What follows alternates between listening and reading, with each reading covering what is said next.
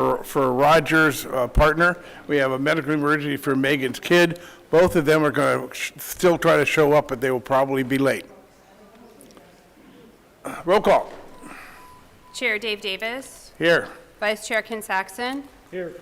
Michael Becker. Here. Diane Meester Black. Hillary Blackerby. Not present. Roxana Bonderson. Not present. Marge Caparelli. Not present. Roger Durling. He'll be late. Not present. Nadra Ehrman. Here. Robin Elander. Here. Megan Harmon. She'll be late. Not present. Mike Jordan. Here. Ed Lundvik. Here. Peter Lewis. Here. Kristen Miller. Here. Kristen Sneddon. Here. Suzanne Tejada. Here. Great, thank you very much. We will go then into opening remarks and announcements. We do have a very intensive meeting today. I was joking about the 5.5 hours, but it is going to be a long meeting. So just in opening remarks, I want to announce that anyone wishing to speak in person on an item that's not on the agenda or even on the main agenda items should fill out a speaker slip and bring them up to Greta up in the front here as we go through the meeting here. I'll have further announcements on how to do public input as we go through the agenda itself. Tess, do you have any other announcements or remarks to start? Chair Davis, members of the committee, I really don't. I've communicated with all of you. There have been a number of items that have gone to City Council recently related to the State Street Master Plan, outdoor dining on private property, parklets, item on Paseo Nuevo. I don't have other comments besides that, but just want you to keep those things in mind as we go through the rest of the process. Good, thank you very much. Item 2B, agenda review. Let me go through this for just a second. We're going to start with a staff presentation. They will be talking about the introduction, guiding principles, and mobility options, which you've seen in the staff report and the draft PowerPoint. We will break at that particular point, stop for a second, and take SSAC questions, clarifications, not for comment on what they presented, but just questions and comments for clarification purposes at that point. We will then go back into the second half of the staff presentation with district needs, downtown mobility considerations, the evaluation and recommendations, which are, again, involved in the staff report and PowerPoint, which we've seen, but we'll have explanations, further explanations this evening. At that point, we will then come back to SSAC for questions and comments only, right? At that point, as brief as you can be, really focused on if you need to have items clarified. We will then go to public comment. Public comment based on the number of speakers, I will limit the time for each to either 1 or 2 minutes, depending on how much public comment that we have at that particular point. We will then come back to the SSAC in reviewing the Create State Streams Mobility Plan and recommendations, focused on what do you like, what would you recommend be altered, and why. I am going to actually try to stick us each to 3 minutes each as we go around the room at that particular point and see how that works. And at the end of the meeting, if in fact comments are such, we will consider whether we need a follow-up meeting at that particular point in time. Does that sound good to everybody? Okay. Item 2C, this is the approval of the minutes from September 6th, 2023. It was in your packet, or basically attached in terms of the public agenda. Do I have any questions or comments on the minutes themselves? If not, do I have a motion to approve the minutes? Peter Lewis for motion. Is there a second? Second over here by Councilmember Jordan. I'm going to just do a voice vote. All those in favor say aye. Aye. Any opposed? The minutes are approved unanimously. Oh yeah, we're online. I believe we have to do a roll call. We're online. I forgot. My fault. Mea culpa.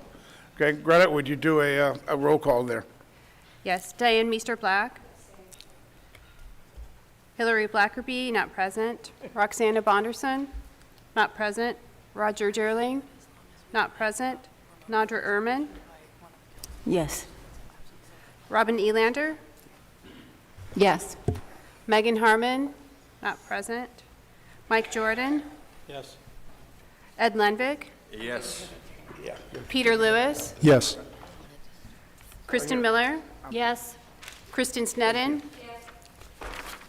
Suzanne Tejada. Yes. Chair Dave Davis. Here. Yes. Vice Chair Ken Saxon. Yes. That motion passes unanimously. Thank you very much. Item 2D, this is general public comment.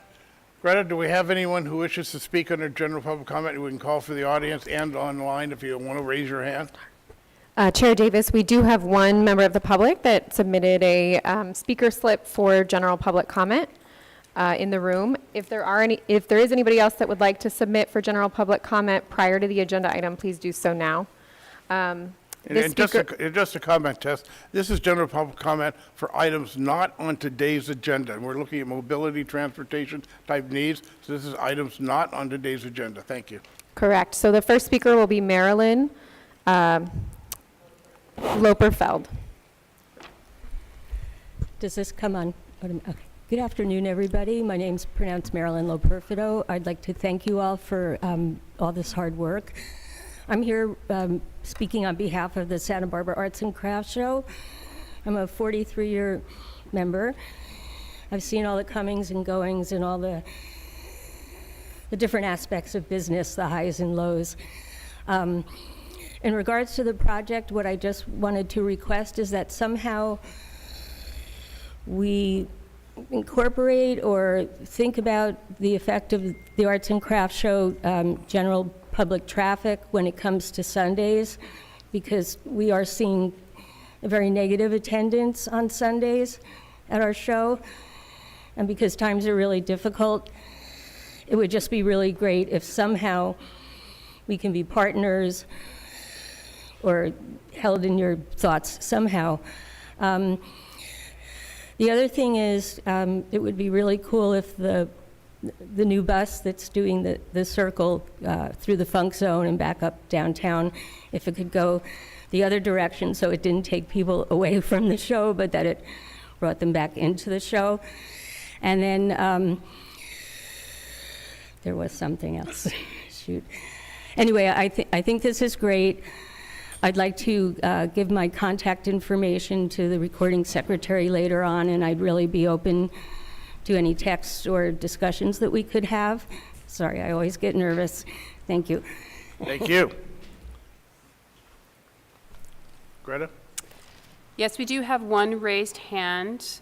The speaker, Rob Fredericks, has his hand raised. Rob, I'll allow you to speak, and then you'll have time to speak, and you'll want to unmute yourself. One moment here. Go ahead and speak, please. Great. Thank you, Greta. And hello, everyone. This is Rob Fredericks with the Housing Authority of the City of Santa Barbara.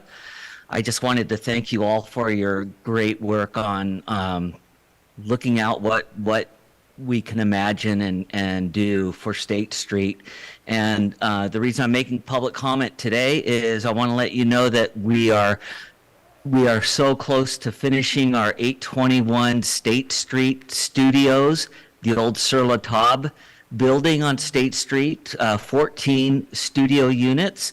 And we plan to have a ribbon cutting where we will invite all of you next month at some point. I don't have the date yet, but it will be a time to show off this development and show what can be done with housing on State Street. Thank you very much. Thank you, Rob. Thanks for all that you do. We'll look forward to that opening. Terrific. Tess or Greta, anyone else? No other raised hands. Okay, I will close general public comment at this time. That takes us right into our main topic, agenda item 3A, State Street Master Plan, Transportation Network, and Mobility Considerations. Ms. Harris. Okay, thank you. Thank you, Chair Davis and committee members. So I'm just going to walk through the first couple slides and then really pass it off to the rest of the team. So we have Matt and Bill, both from MIG here today. We also have Miguel and Kendra from Fair and Piers that'll be walking through some slides as well. And then I want to just highlight, there's a number of city staff here as well. So as questions come up we do have members from our team that can help address some of those. So starting off, what today's focus is going to be on, we're going to talk through the guiding principles and then the mobility options that we have specifically in the State Street area within the State Street Master Plan. And then we'll go into district needs and mobility considerations and a recommendation. So the first half, 1 through 3, up to mobility options, will be more general, looking at the different types of options that we can have in the space. And then we'll take a short break for questions, and then we will come back and be focused on within each district, what are we recommending.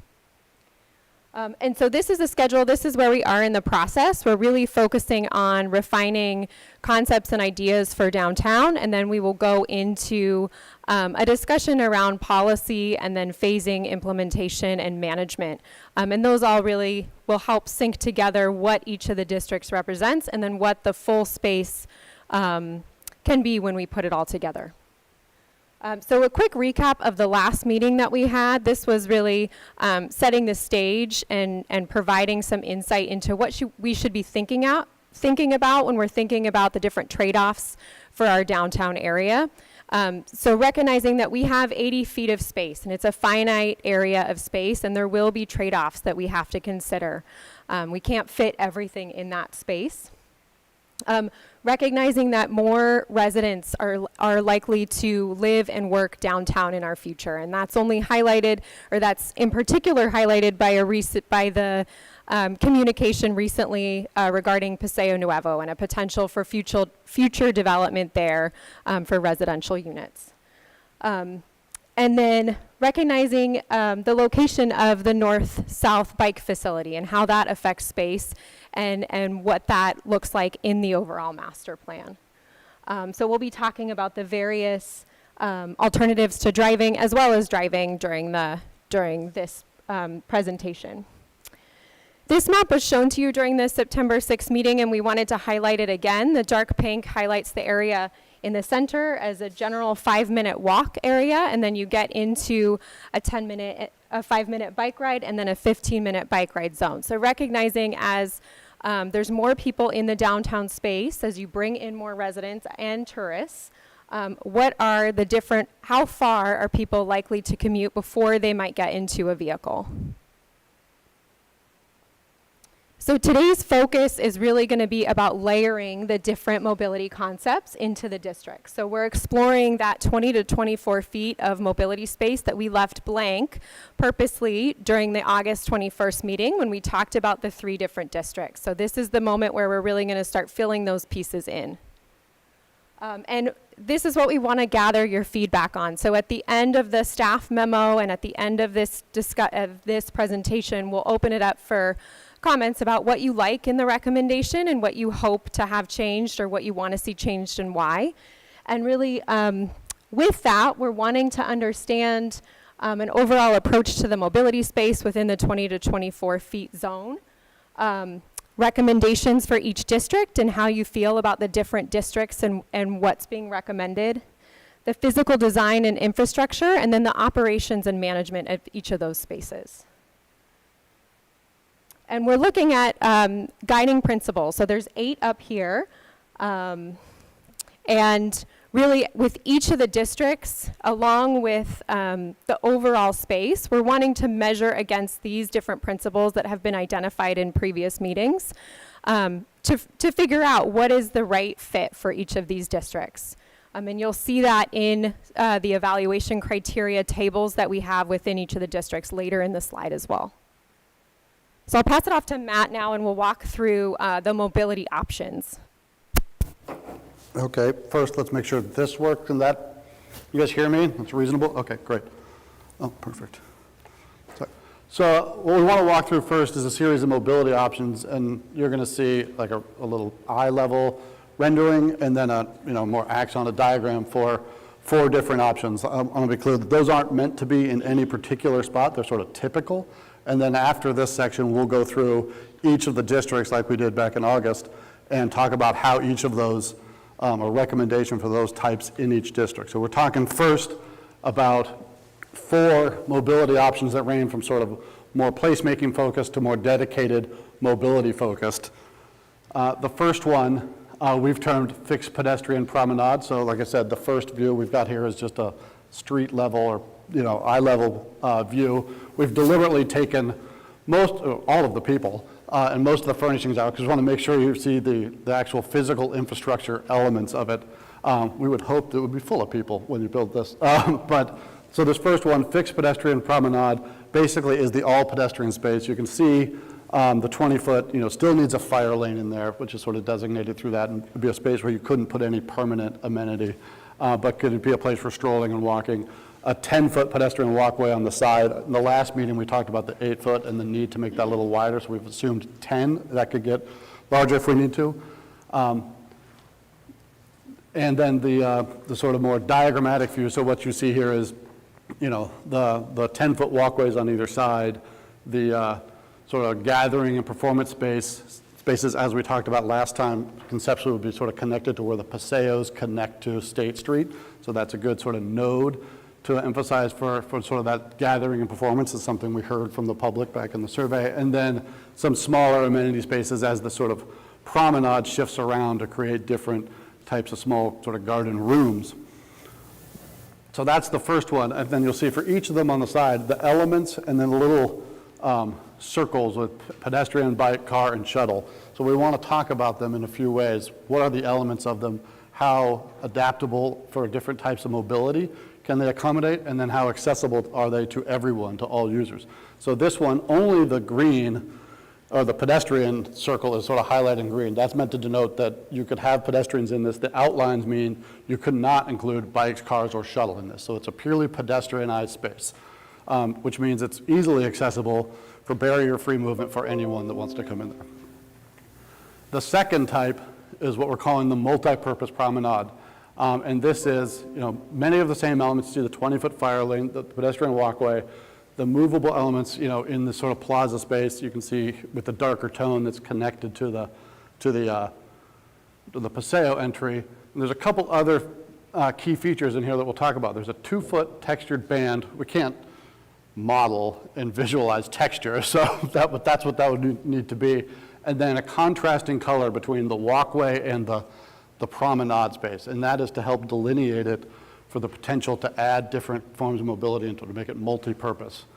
And so I want to pause there and talk about what is a multi-purpose lane, because the idea behind this is that you could, and you'll hear me talk a bunch of times tonight about the difference between physical infrastructure and how we use it, and that's going to be a theme for us. So the physical infrastructure of this could allow multiple modes into it. That may not be what we're suggesting, how you operate it, but that's what the infrastructure could allow. So a multi-purpose lane is a street type that includes a shared zone, that 20-foot zone, where pedestrians, bikes, motor vehicles can safely mix in the same space. That's actually a definition from the Federal Highway Administration. So this is a type of street that is regulated and normal. They encourage and they function through low motor vehicle speeds, or any vehicle speeds, low volumes, and increased safety by actually removing some of the design elements that suggest a vehicular priority, creating that shared space which causes everybody to slow down. I want to emphasize, because I know there's been a lot of experience with sharing the road in Santa Barbara for the last year, this is not what you have today. What you have today is not, it's missing all of the key critical design elements that make a functional shared space. These kind of spaces, I also want to emphasize, are not new. They are built throughout the United States and throughout the world successfully. Here's a quick sampling of just these types of streets in the United States, from Bell Street in Washington to War Street in DC, all over the country. And like I said, they are well regulated, so the Federal Highway Administration has a set of very clear guidance, as does a group called NACTO, the National Association of City Transportation Officials. So there are rules and best practices to make these function well. And some of those things include the key features in all of that guidance include roadway and sidewalks are designated as a single contiguous space, which is different. Vertical curbs are often removed. Planters, amenities, paving features define and constrain the pedestrian spaces and the shared lane areas. Typical markings and elements like that of a street are actually removed. It sort of creates that space that I need to figure out how to use, I don't have if I'm in a bike or in a car, I don't have this, oh, there's clearly my space, I will go down it with confidence. That's a key part of it. And then contrasting colors and textures are used to identify the shared lanes, and chicane is a technical term. It's basically the road jogs a little bit, so a little bit of curvature keeps everybody slow and it keeps the variety. So with that introduction, and we can talk about it more, the multi-purpose promenade has all of those elements that you saw in that first perspective view, but you see here, you can see at the top, the promenade jogs to create variety and slow speeds. It would be contrasting in color to the areas around it. You can see the 2-foot colored and textured band. And then, as needed, movable elements to help define that permeable edge. And of course, planters and amenities, all of the space that is yellow in 2 shades would be all pedestrian space that is outside of that shared lane. People could, of course, walk in the shared lane as well. Mobility and adaptability, this type of street could, I want to emphasize could, if you wanted it to, accommodate any of those things, from pedestrians only to bikes to cars to even a shuttle.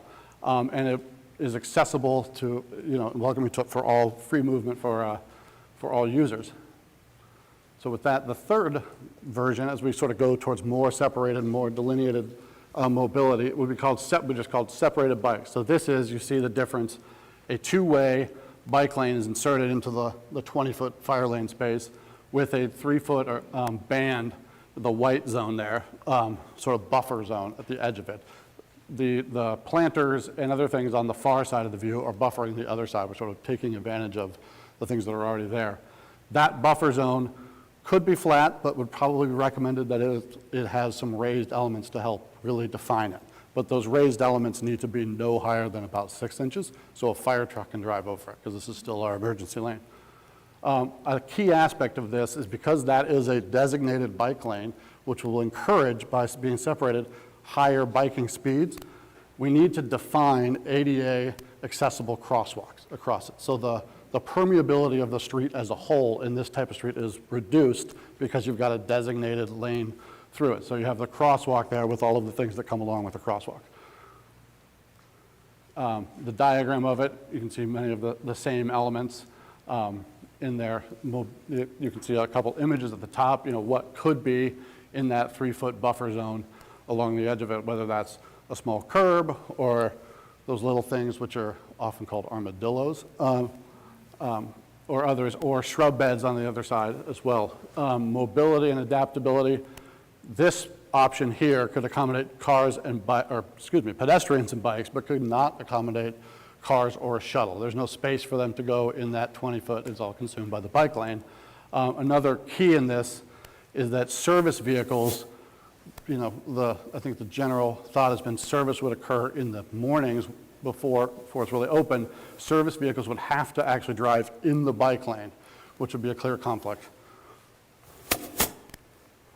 And then the fourth is that same idea, but to sort of solve some of those issues I just discussed, adding a 1-way vehicular lane in addition to a 10-foot lane on top of it. So you've got the 2-way bike lane, it's 12 feet wide, the 3-foot buffer, and now a 10-foot lane. Some of those same elements, of course, buffers on the edge of it, crosswalked across it. The diagram there, so you can see the same bike lane, just because of the width of the overall lane, the amount of jog becomes less because we're using, just less space to jog in with a wider lane.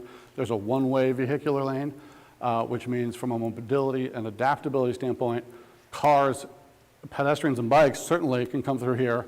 Cars and shuttles are limited because they're limited to one direction, is essentially why we said that.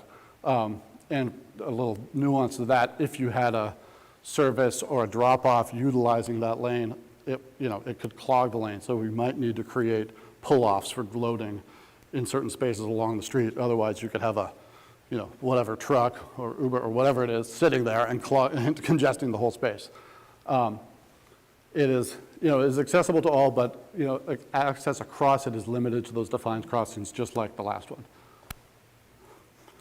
So we worked through those 4, and we did, as you've seen, a sort of, I will say, not scientific evaluation, as you can tell by the happy to sad face criteria we've come up with. That's a qualitative, and certainly up for debate evaluation against the guiding principles. But you can, I won't go through each one in detail. We can do that if necessary. But you can see some trends, I think, in here. The fixed pedestrian promenade does some things really, really well. It creates great space, comfortable space, but it is not adaptable, not very flexible, and higher costs. We'll get into the reasons why. The separated bikes in one-way lanes, does some things well, some things not as well, and of course, the separated bikes is sort of, the face for all of them. So to be honest, as we go through the districts, you won't see the separated bike lane, but you will see each one of the other three as an option, a recommendation, or an alternative for each of the districts. So I think with that, we want to go into the district needs, but Tess, am I correct in saying we wanted to stop for briefly and just see if there are any clarifying questions about the types? Yep, this is exactly where we're going to stop. Questions on any portion of what we just saw? Let's start over there with Michael. On the multi-purpose choice, Yeah. you have actively cars in that region, at the same time you have pedestrians and a bike, right? So this is where I want to make a distinction between infrastructure and what we would recommend how you operate it. The infrastructure, the street design could accommodate all of those. And and yes, they mix together. That's part of where the shared multi-purpose space. And has that concept been vetted here locally with our streets people, or is that just a concept that? No, I would say we have vetted it with the transportation department, with Derek, and we've talked through this as well.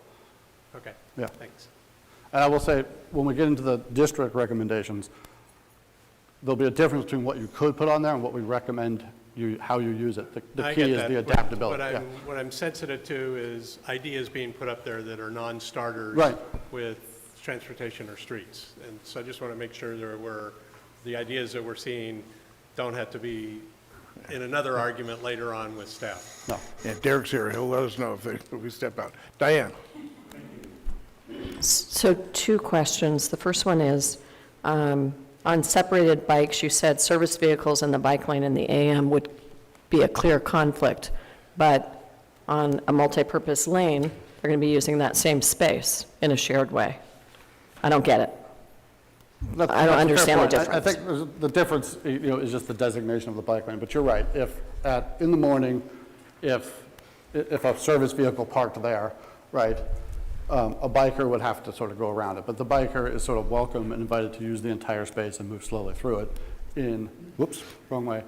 In this, because of just the dimensions of the space, if the vehicle was parked in that, especially if you got, the vertical barriers and everything, the bike coming down it would have to physically get out of what is a designated bike lane. Subtle difference, I admit.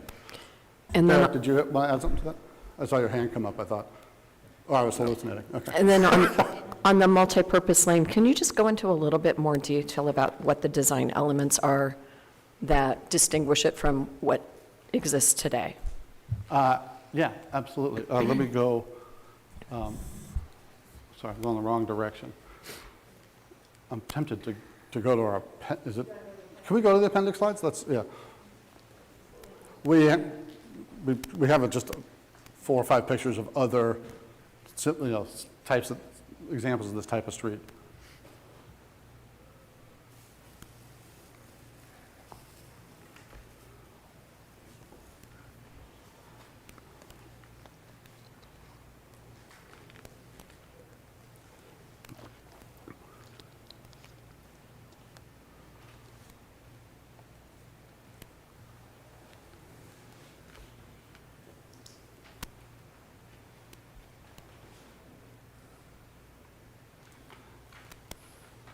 So while they're bringing it up, I'll just do it. Yeah, I was going to say, while we're doing it, are there other questions? Robin, let's just go here, and then Kristen.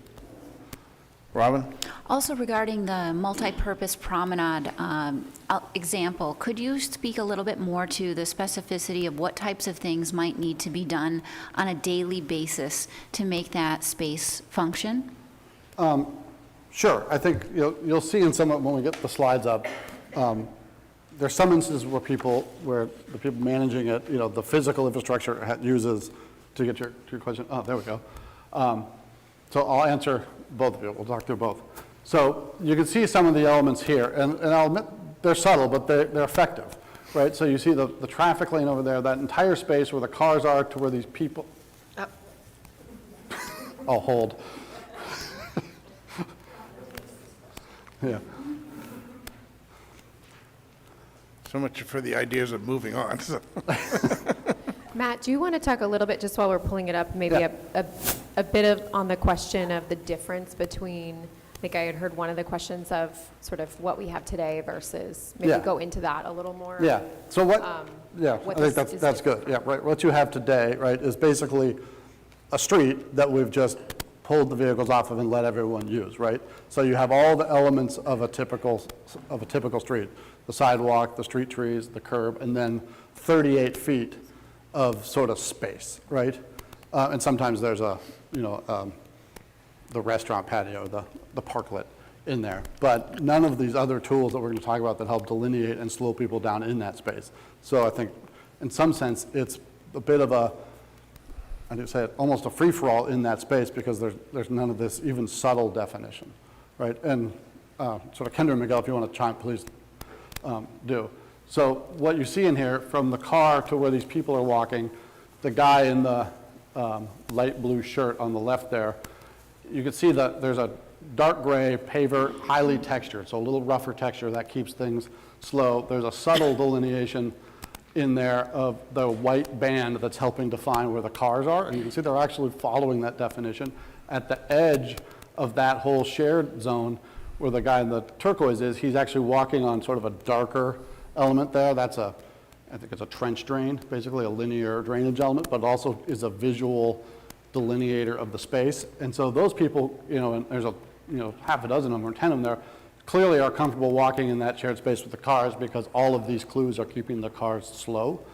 But there's a space off to the left, which I think is critical in here, to the left of those trees, where the trees create another visual delineator and a protection, a sense of protection for the people walking with their dog, and the woman in white there sort of on the other side of it. So there are layers of spaces throughout the whole thing that are from shared to not shared, right? And you'll see that in our diagram as well. There's the 10-foot zone on the far edges, and then there's what we would call the amenity zone that ranges from 30 feet to 10 feet as the shared lane sort of moves through it, that has elements in it, trees, amenities, all that kind of stuff. And then you get the shared space with the delineation. You can see a color change between those two spaces as well. The key to the color changes is obviously it helps delineate for everybody, but if you're not paying attention, which often we're staring at our phones, or in the texture as well, or if you have a vision disability, those are clues. The contrast is a key clue, and the texture is a key clue that you're entering a different kind of space, as well as what it does to help slow down vehicles. Can Just I move before to the you- next one? Yeah. I think we'll go to the next one, but before we do, the first one here, just to highlight, this is Wharf District in Washington DC. Oh, This yeah. is a project, it's a mile in length. It was approved or built in 2017, so it's a fairly recent project. They do have pedestrians, bikes, and vehicles in the space, but there are certain areas where they restrict vehicles. Right. So some of them include all of it, all modes, and some of them are restricted. Right. So they're already, I think one of the key points in this is the infrastructure can accommodate however they want to use it. They change the way they operate it. It's sort of like a Swiss Army knife of infrastructure, so they're already managing it differently. And that, to your question, right, that's a management question, right? If we want to close blocks or close a portion of it, how do we do that? Do we move in planters? Do we move them out? So there is a higher level of operations and management to this space than, say, a separated bike lane, which is a bit more set it and forget it, right? You'll see, just Robin, on your question with the management of the street, in just taking Wharf District again as an example, there's a lot of zones where they have furniture placed out, and those are usually not in the automobile spaces, shared but there lane, yeah. are some that are still placed out, and I would imagine there's pretty active management that's happening in terms of pulling them back and Right. taking them out. They also have a lot of programming that happens in this space, so they have live music and different types of concerts and other kinds of events all throughout the district. So kind of on the pier area as well as the street itself. And part of that is where they close the space to vehicles or not. And I just want to check. Robin, did that answer your question? Okay, I have Kristen. Are we done with you, Diane? Okay, Kristen, and Ken, did you raise your hand? And then Ken after that. Go ahead, Kristen. Thank you. I just want to be sure I'm understanding. Is this on? Yeah. So anything that doesn't support accessibility or equity is a non-starter. I mean, we Right. can't do that. And I'm just looking at the happy face chart, and there are only 2 that even have that as a possibility, and so that's either fixed pedestrian or multi-purpose. Yes, I just want to make sure I'm understanding that the only ones that address equity and accessibility. So let me get back to those. Well, I Yeah. think you're checking on the evaluation of 2 of them, they have Yeah. there's happy faces and then a little sad face, or not quite sad face on 2 of them. So as a baseline, and one criteria, one principle that isn't in the criteria I'll speak to, safety. We didn't put that in the evaluation because we wouldn't propose something if we didn't know it was safe. Okay. So that's not in the evaluation criteria, it's a baseline, right? The same thing with, in a sense, with the equity and accessibility. Nothing we will show here would not meet at a very minimum ADA accessibility standards, but a higher standard of universal access as well. The difference, that's leading to some of that evaluation criteria is changing is in the fixed promenade and the multi-purpose promenade. Anybody of all abilities can cross the street anywhere they want, right? That's part of the difference. When you get to the separated lanes, because the lane is higher speeds, it might have a vertical delineator. Not everybody can cross the street in the same way with the same level of permeability, right? So there's a difference there. Someone able-bodied could step over that thing and just walk across, but basically most people not everyone can do that, so you're confined or directed to a crosswalk. So there's a difference in how, not accessible, it's a legal definition, but how accessible sort of at a higher level those 2 alternatives are. Okay, I'm glad I asked that. So then these sort of meh faces are, I would- it's not It as reflects universally that- I would think of That them as lack like a light green versus they're all going to be accessible. And Okay. just like our streets today are all accessible, it's just really in the crossing of the space. So Right. there are a couple different defined crossings as well as at the intersections on each street in the separated scenarios. There wouldn't need to be that crosswalk in the other 2 scenarios because you would be able to cross regardless of the space. That's more the idea. Right. Thank you. So that's one question. And the other one is for the multi-purpose, I suppose I'm surprised that these would all be happening all at once. Is there a scenario where it's weekends, it's bicycles, and during the week, it's cars, and, I mean, that's part of... Yes. Okay. And you will see that So- when we go into the district needs. We are not necessarily recommending that all modes happen on the streets that we are recommending be a multi-purpose promenade. I think the idea behind it, though, that's important is that there's the flexibility there, say if we were to close a space off to vehicles, where in 10 years, if it's not working, you could easily reintroduce vehicles. There's enough space within the 20 feet to have one lane in either direction. Right. So the in- infrastructure doesn't change. Right. In this section, the little circles are meant to sort of denote what could be in the space, but not what we're recommending. But it's exactly like Tess said. So this is highly adaptable. You can use it however you want for the next 30 years. If you find a need to allow cars in on a weekend or whatever, you can do that without rebuilding the space. So we want to put Santa Barbara in a position that conditions will change in the city over a 40-year lifespan or 50-year lifespan of a project. Let's have a piece of infrastructure that doesn't need to be rebuilt to accommodate that change. So would it be safe to say it's just sort of putting the decision off into districts or different period of time of being either of those other 3 You're right. options, basically? The advantage of this is it gives you that ability to use it however you want to use it. Okay. By district, by block, in a whole bunch of different ways. Because the one you showed us in Washington, that looked like a one-way traffic lane and then mixed pedestrian, I mean, it looked like option 4, separated It looked bikes like they were before. using it at that point as a one-way lane, and people, but that gray space that we looked at, right, that was enough space to have 2 lanes, so they're operating it the way they want to operate it. Another example we have is Bell Street in Seattle, which was built as a multi-purpose street, and it initially had cars, bikes, people, and even city buses on it. In the last year or two, they've taken 2 blocks of it and closed it to cars. So they're, using it as they see fit without having to rebuild it. Thank you. Sure. Ken followed by Roxana. So 2 questions. First, related to the multipurpose promenade, and let's say if we have that in place in part of State Street in Santa Barbara. So I'm curious as to what in the design of that slows, let's say in our case, bicycle traffic. I've heard you say one thing, Right. which is curves in some blocks. What else slows bicycle traffic? Texture, the delineation, I think texture is a key one to explore more. We've talked a little bit about, could you even, in certain spaces, create a band across it that is a heavier texture so it keeps you biking slowly, but you can still walk across the street without encountering that texture, right? So the texture, it's only 20 feet wide, which is fairly narrow, so the delineation of the space, the programming, the activity, the confinement of things going around, the presence of people adjacent to it keeps people slow as well. That's been sort of well established, as well as, I just lost the last one.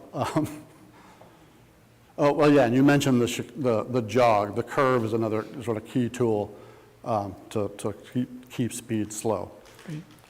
And I think you also said that this could be with or without curbs, is that right? This kind of design? Generally, yeah, it could be with or without curbs. I mean, generally, this type of street does not have a curb. You saw in the picture that, the trench drain or the grate that one guy in the light blue was walking on, that's the space is sort of subtly graded to drain to that, and it picks up the water and moves it off. So it's in order to keep that permeability and accessibility for everybody to cross it anywhere, the curbs are generally removed. Otherwise, you'd have a barrier for access across it.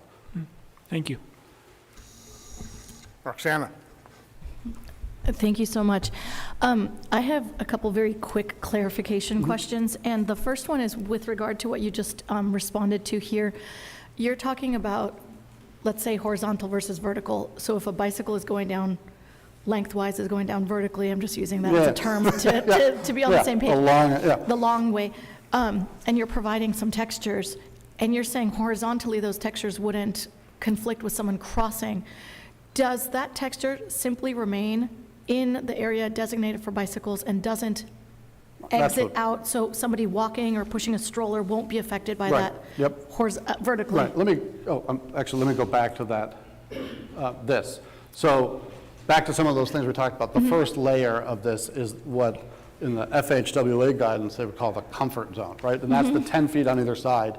So there is a separated from that shared multi-purpose lane is the bright yellow, and it's separated by the lighter yellow, right? Still pedestrian amenity space, but a bunch of objects, planting, trees, those separating people from that shared lane. So if you don't want to walk near it or in it, you can certainly walk along that edge. So and won't be affected by it. And won't be affected by it. You won't even encounter the lane, right? But if you want to walk in the lane, you can. If you want to cross it at any place, except where there's a planter. But if you want to cross it any place, you can. So the idea we were saying along it, this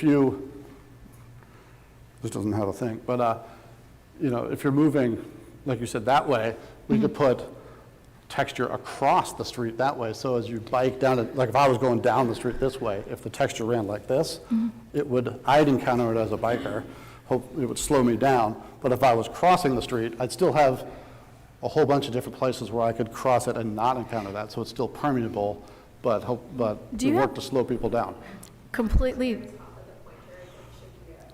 Oh, yeah, there is thank you. From your experience in other areas, what's the feedback from bicyclists about the texture? Do they have any discomfort or lack? I haven't heard any discomfort from bicyclists about the texture. Kendra? No, okay. Right. And this is an area, I will say, that as you progress in the future towards actual design, detailed design, right? I think part is a process question in here. What we've done in Denver, proposing this kind of street on, if you've seen the 16th Street Mall, is built a full-size, not full-size, but a full-size mock-up, you know, that's about the size of the empty space in here, right? And it has the comfort zone, the pedestrian walkway, 9 feet of amenity zone between it. We put furniture out there and a pole that represents a tree. And then we had the edge with the other textures, and then the travel lane in the middle where the bus runs, and invited all of the different communities out to do it. So Lion community, and they walked it, studied it, and honestly, we rebuilt it 5 times until we got something that everybody agreed on. They understood what the differences were, and it worked, and that's what we go through. So all of these ideas, I think, you know, it's a significant investment. I would mock it up and test it, right, before you come up with a final. Well, and that's design. exactly why I was asking, Yeah. because I'm looking at the chart, the chart on the other slide with the happy faces, and I am really curious to know, the way I read this, the second row, which is multi-purpose promenade, it seems to have the largest number of, highest number of happy faces. It's down along the happy faces. Okay, except for that last line, which Right. then your happy face falls in the separated bikes in one lane. I wanted to know in your words, what is the difference that makes the last column a happy face and the multipurpose promenade not a happy face? The separated Yeah, West Plum Way? let's say the second column versus the The third fourth column in the yeah. last row. Yeah. What's the difference? What causes one to be less happy So, than the yeah, other? we'll go through them quickly. So maximum flexibility and adaptability, the first thing, right? Fixed promenade, fixed pedestrian promenade is not adaptable. You could, Oh, no, I'm just talking about the last row, the cost and management. oh, just the cost of management? Yeah, and I'm talking about just yeah, yeah. those two. You know, if you could, because that could become a fully pedestrian space, you can close it. There could be more need to move, say, a planter or a larger element in and out to help define that space. So one weekend you could have an event happen, you might move that planter out.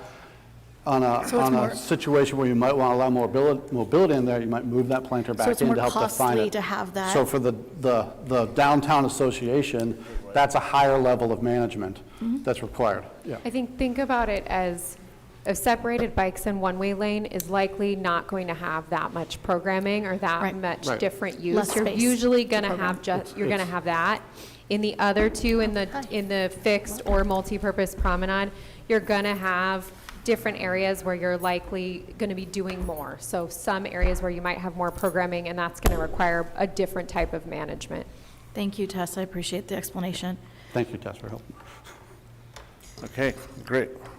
Just make a little comment, just because Roxana kind of brought it up relative to implementation. What we're going to be looking at here is SSAC. This is conceptual. And the conceptual plan that we develop essentially will then go through community review, through the boards and committees, and ultimately to council for adoption of the approval of the concept review. After that, in implementation, then you will actually get into design for elements within there, and a lot of those things that you were talking about, you will do mock-ups and what have you in that regard. Okay, thank you all for your last one. No, you know, I could not say no. Nadra, you're on. It's quick, I swear. You're on. I just had a question, kind of going along to what Chairman Dave was saying. You mentioned for the multipurpose promenade, there would be a mock-up and testing. Would that be true to all of these different types, or more so just specifically? I think for it's the- worthwhile to do for any of them, but I think it's far more sort of important, right, for the multi-purpose promenade, because the tools we're using to delineate space, we want to test them with the community, make sure everyone, with the specific, you know, design and the materials here. So I think it's more important for that. Okay, than the other. thank you. Okay, Matt, part 2. Part 2. Bill, take it away. Okay, can you all hear me? Is this working? Okay. No? Oh, there you're on. Try it Okay. again. All right, great. Okay, so now that we've gone through the types, we want to talk a little bit about each of the districts and kind of go back to what the vision was and talk about what might support that district vision the best. And just as a reminder, we have, you know, the entertainment district, and we'll go through each of these individually. So entertainment district, the city center, and arts district at the end. So starting with the entertainment district, this really starts, the 300 block goes all the way to the 600. The vision for this, it's a very lively district right now, a lot of bars and restaurants. It's also a primary connection to the funk zone and the waterfront. And so we kind of want to build off of what is already working very well there. Some of the needs, though, we need to think about the emergency access, because this is that entry block. We are coming from one of the primary underpasses right through the 300 block. There's the existing bike infrastructure right here.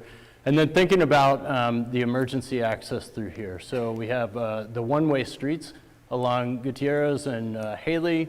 And so looking at the 400 block specifically, it might have a different need than the rest of this district. Looking at the bike connectivity, there's already a great infrastructure for the bikes. The dashed lines are the proposed bike lanes that are coming. And then you can see there's already an idea for bike connectivity through this district. So again, looking at this district, thinking about, is it easy to close on weekends? A lot of these questions are very similar to what you saw on the previous slide that Matt was showing. But really focus more on the specific districts and relating back to the guiding principles.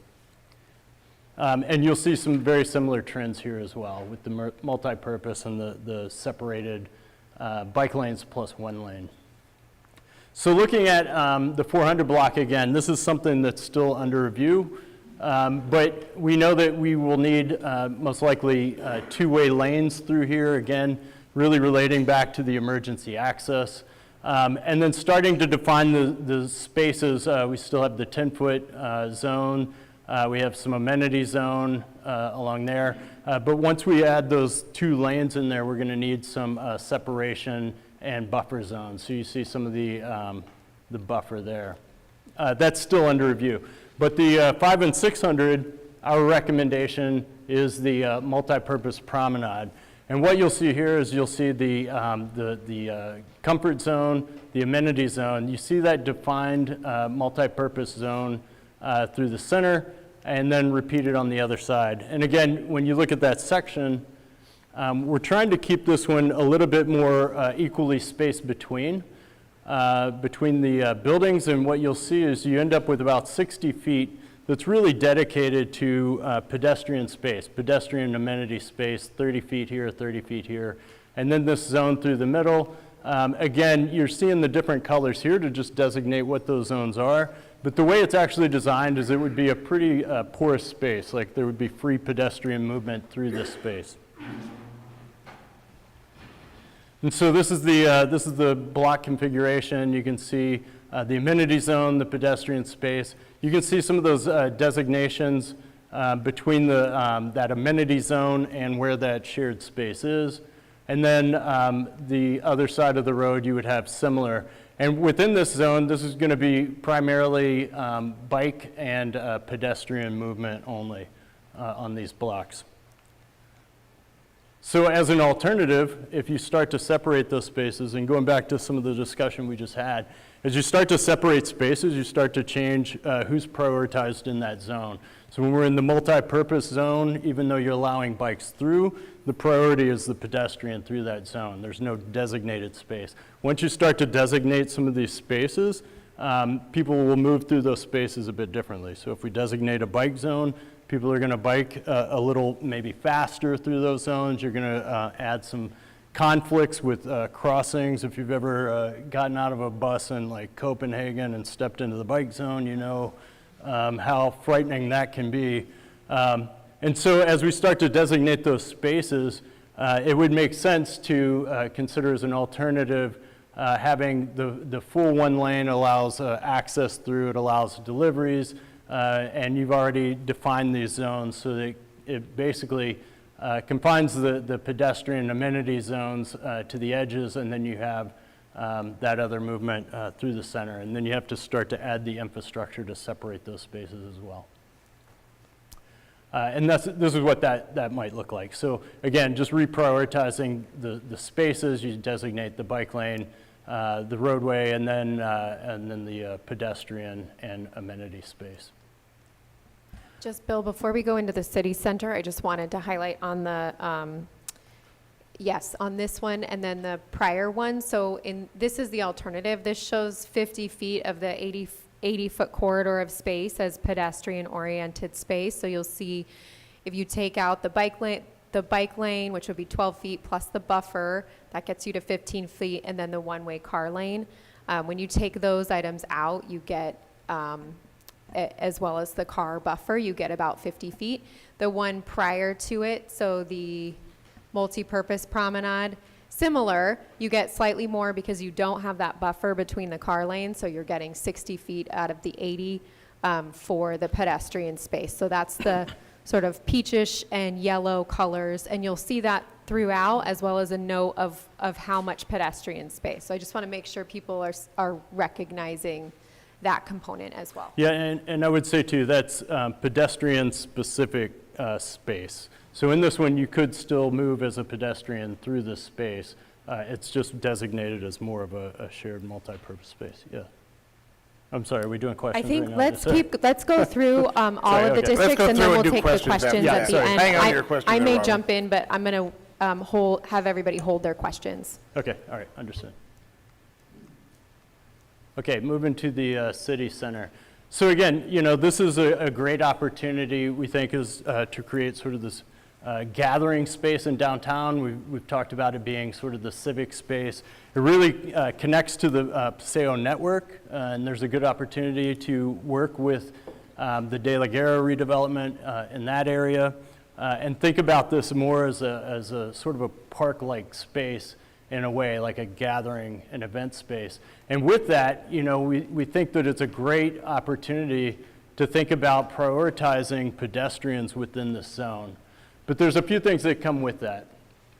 One of those is that we start to, as we prioritize pedestrians within this zone, we start to move some of the things to the perimeter. So emergency access, of course, moving around the perimeter, so consideration for how you would access through this area.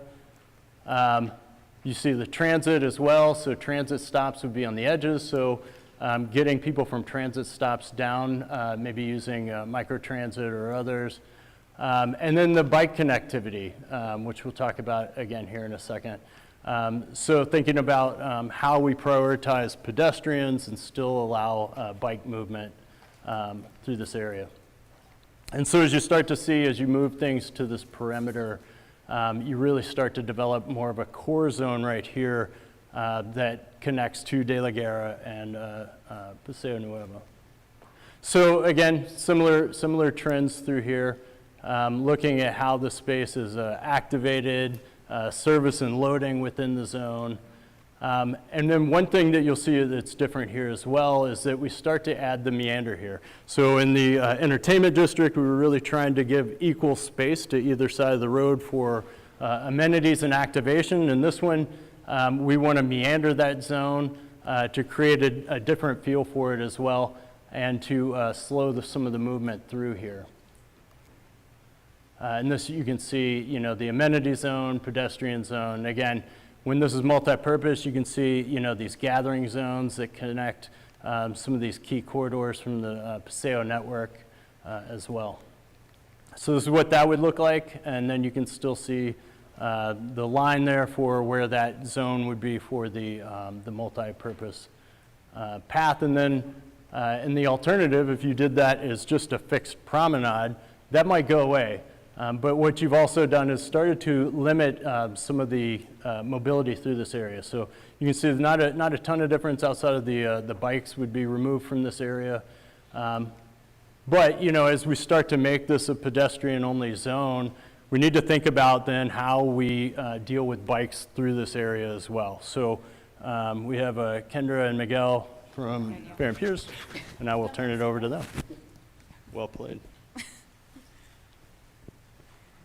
Thank you. I'm going to hold this. Okay. Can everyone hear me? Okay, I'm just going to hold this.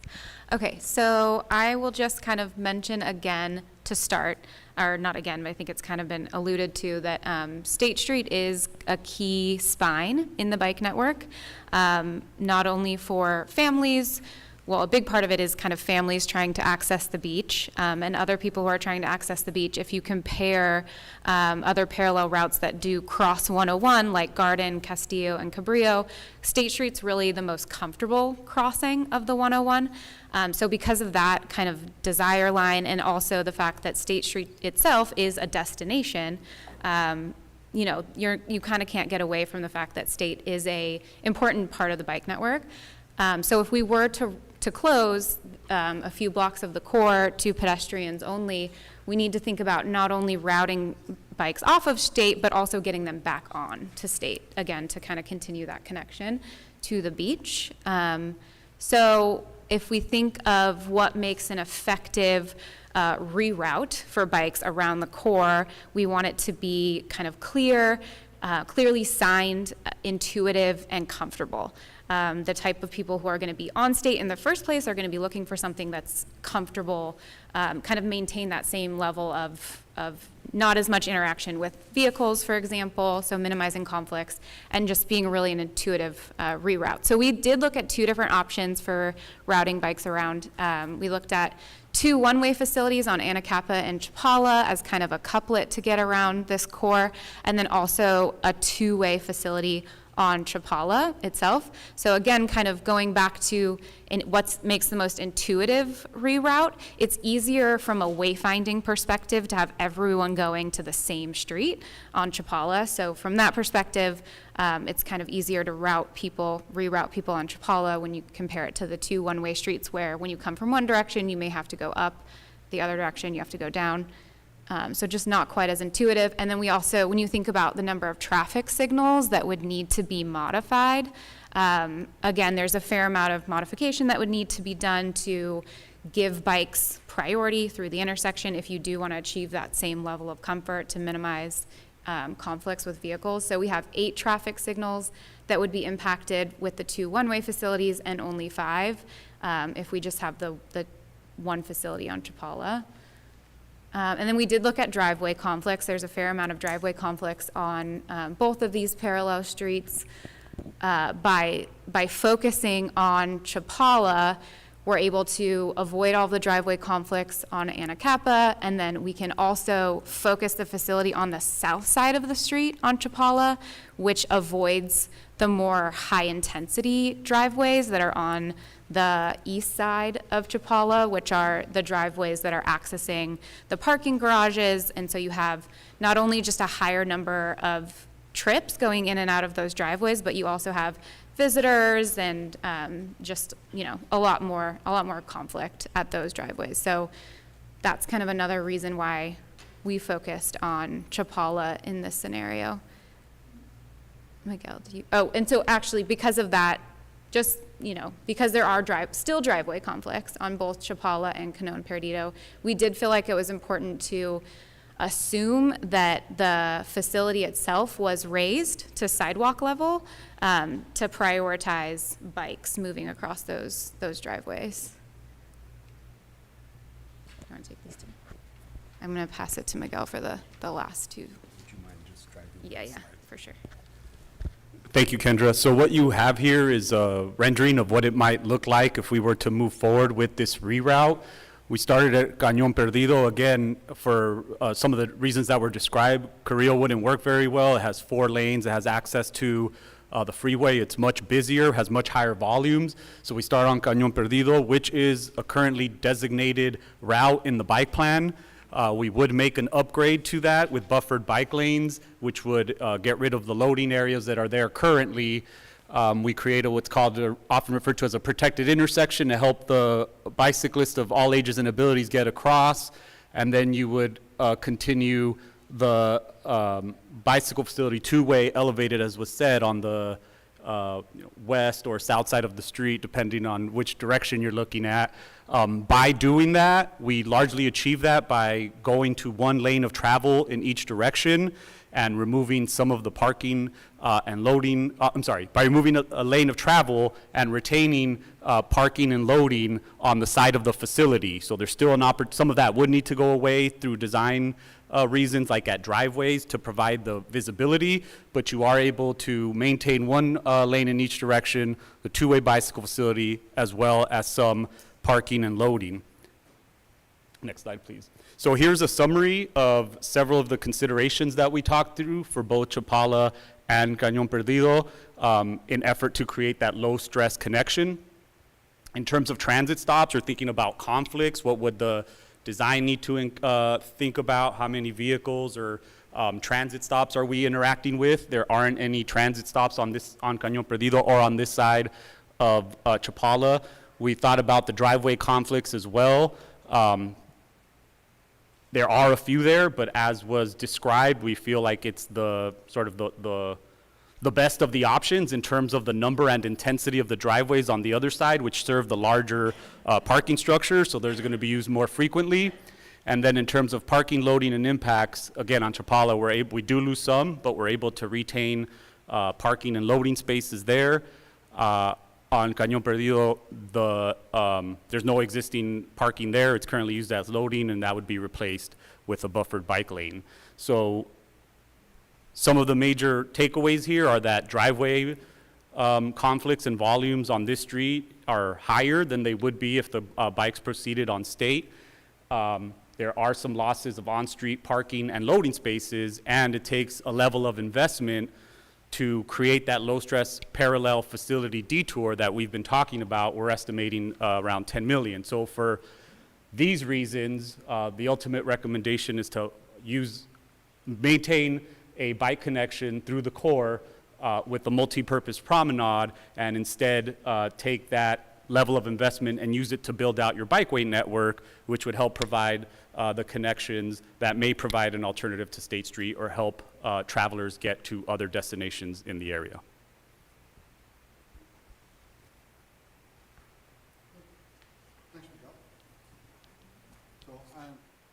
More questions about that when we get to the Q&A portion of it. We're going to move on to the last district, the Arts District, and talk about, remind ourselves of the vision of that that we discussed in August, and then go through some of the mobility needs and opportunities in this district.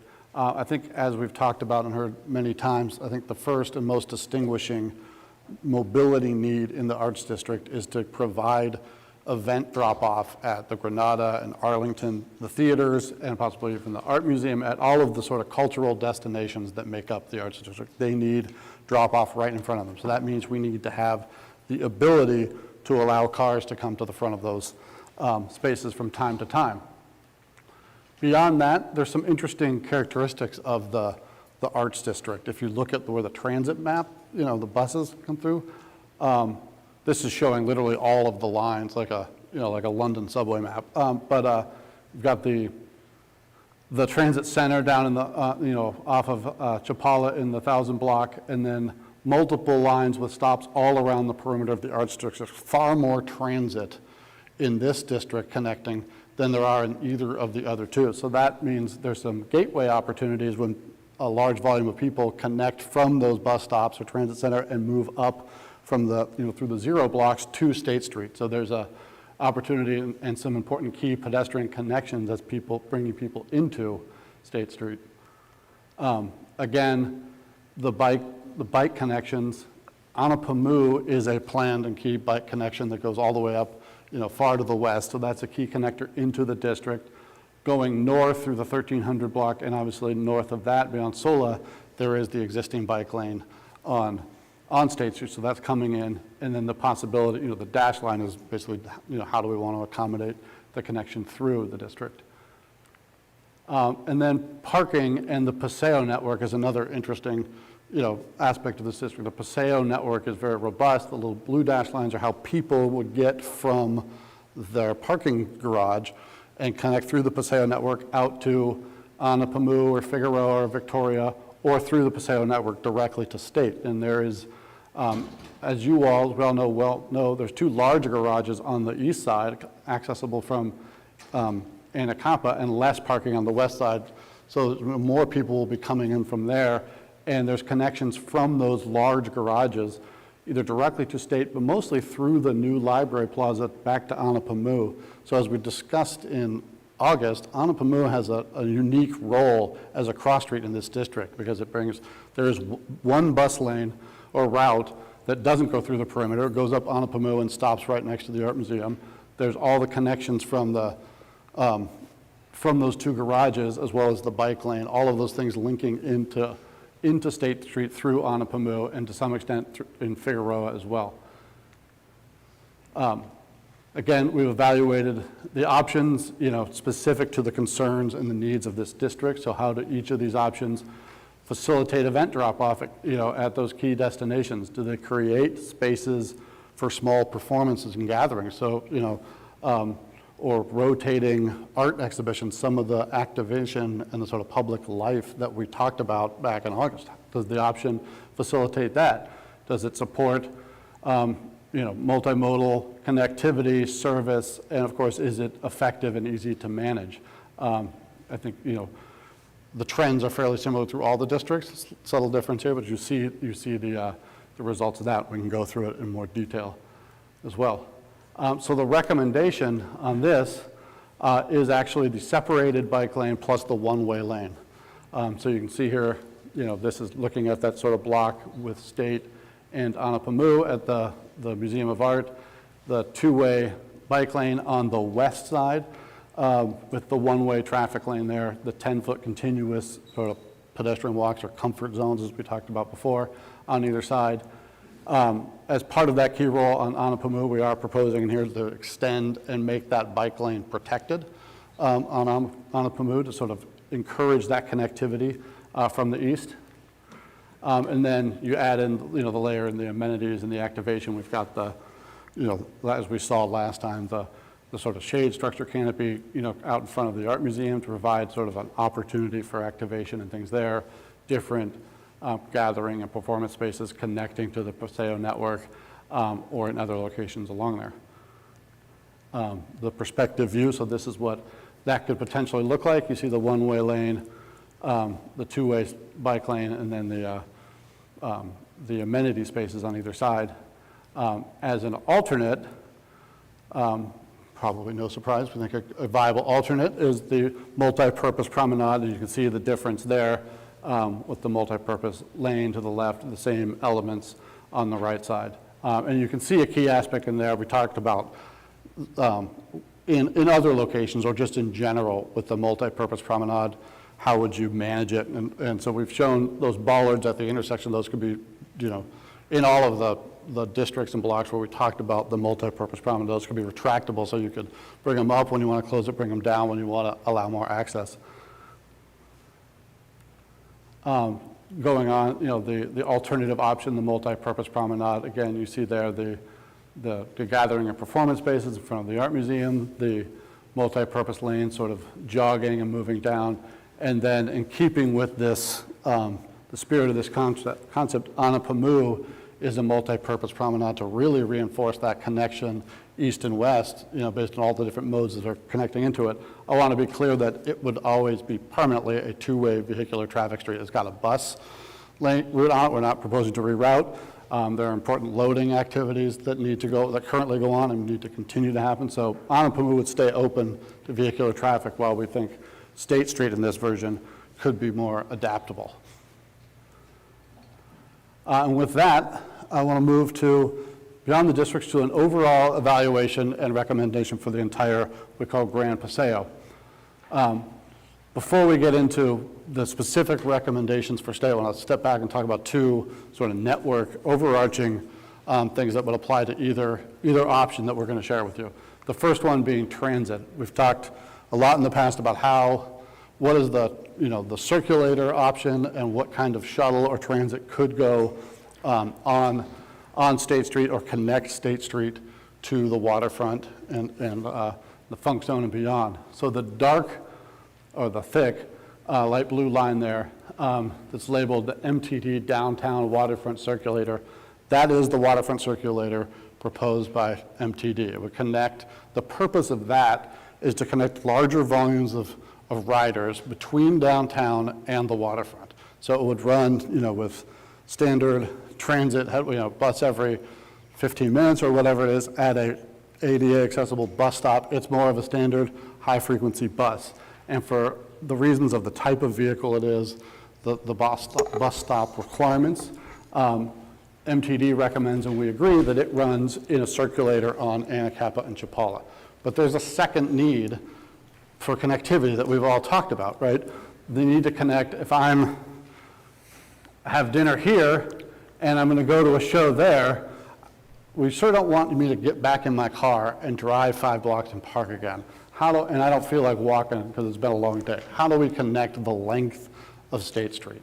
And we think that the best option for that is something that is a bit more experiential, can operate in the bike facility or in the lanes, and is not run by MTD, which could be like a pedicab. I was about to say a rickshaw, and there are options for those, even you can bring a wheelchair onto it, or sort of a micro mobility option like that. But I think our first choice is the actual pedicab, and that could be operated by a private company. It could, basically as much as you need it, you'll see more pedicabs. When it's lighter, you see less. It's very flexible and adaptable to the needs and the time of the week.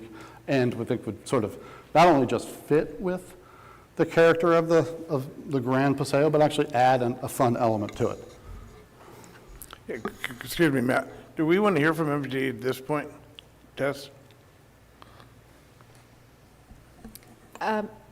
We can have Jerry come up and Yeah, and Jerry, speak you at want to this come up and point? just give us a couple comments relative to the circulator and what's going on in MTD?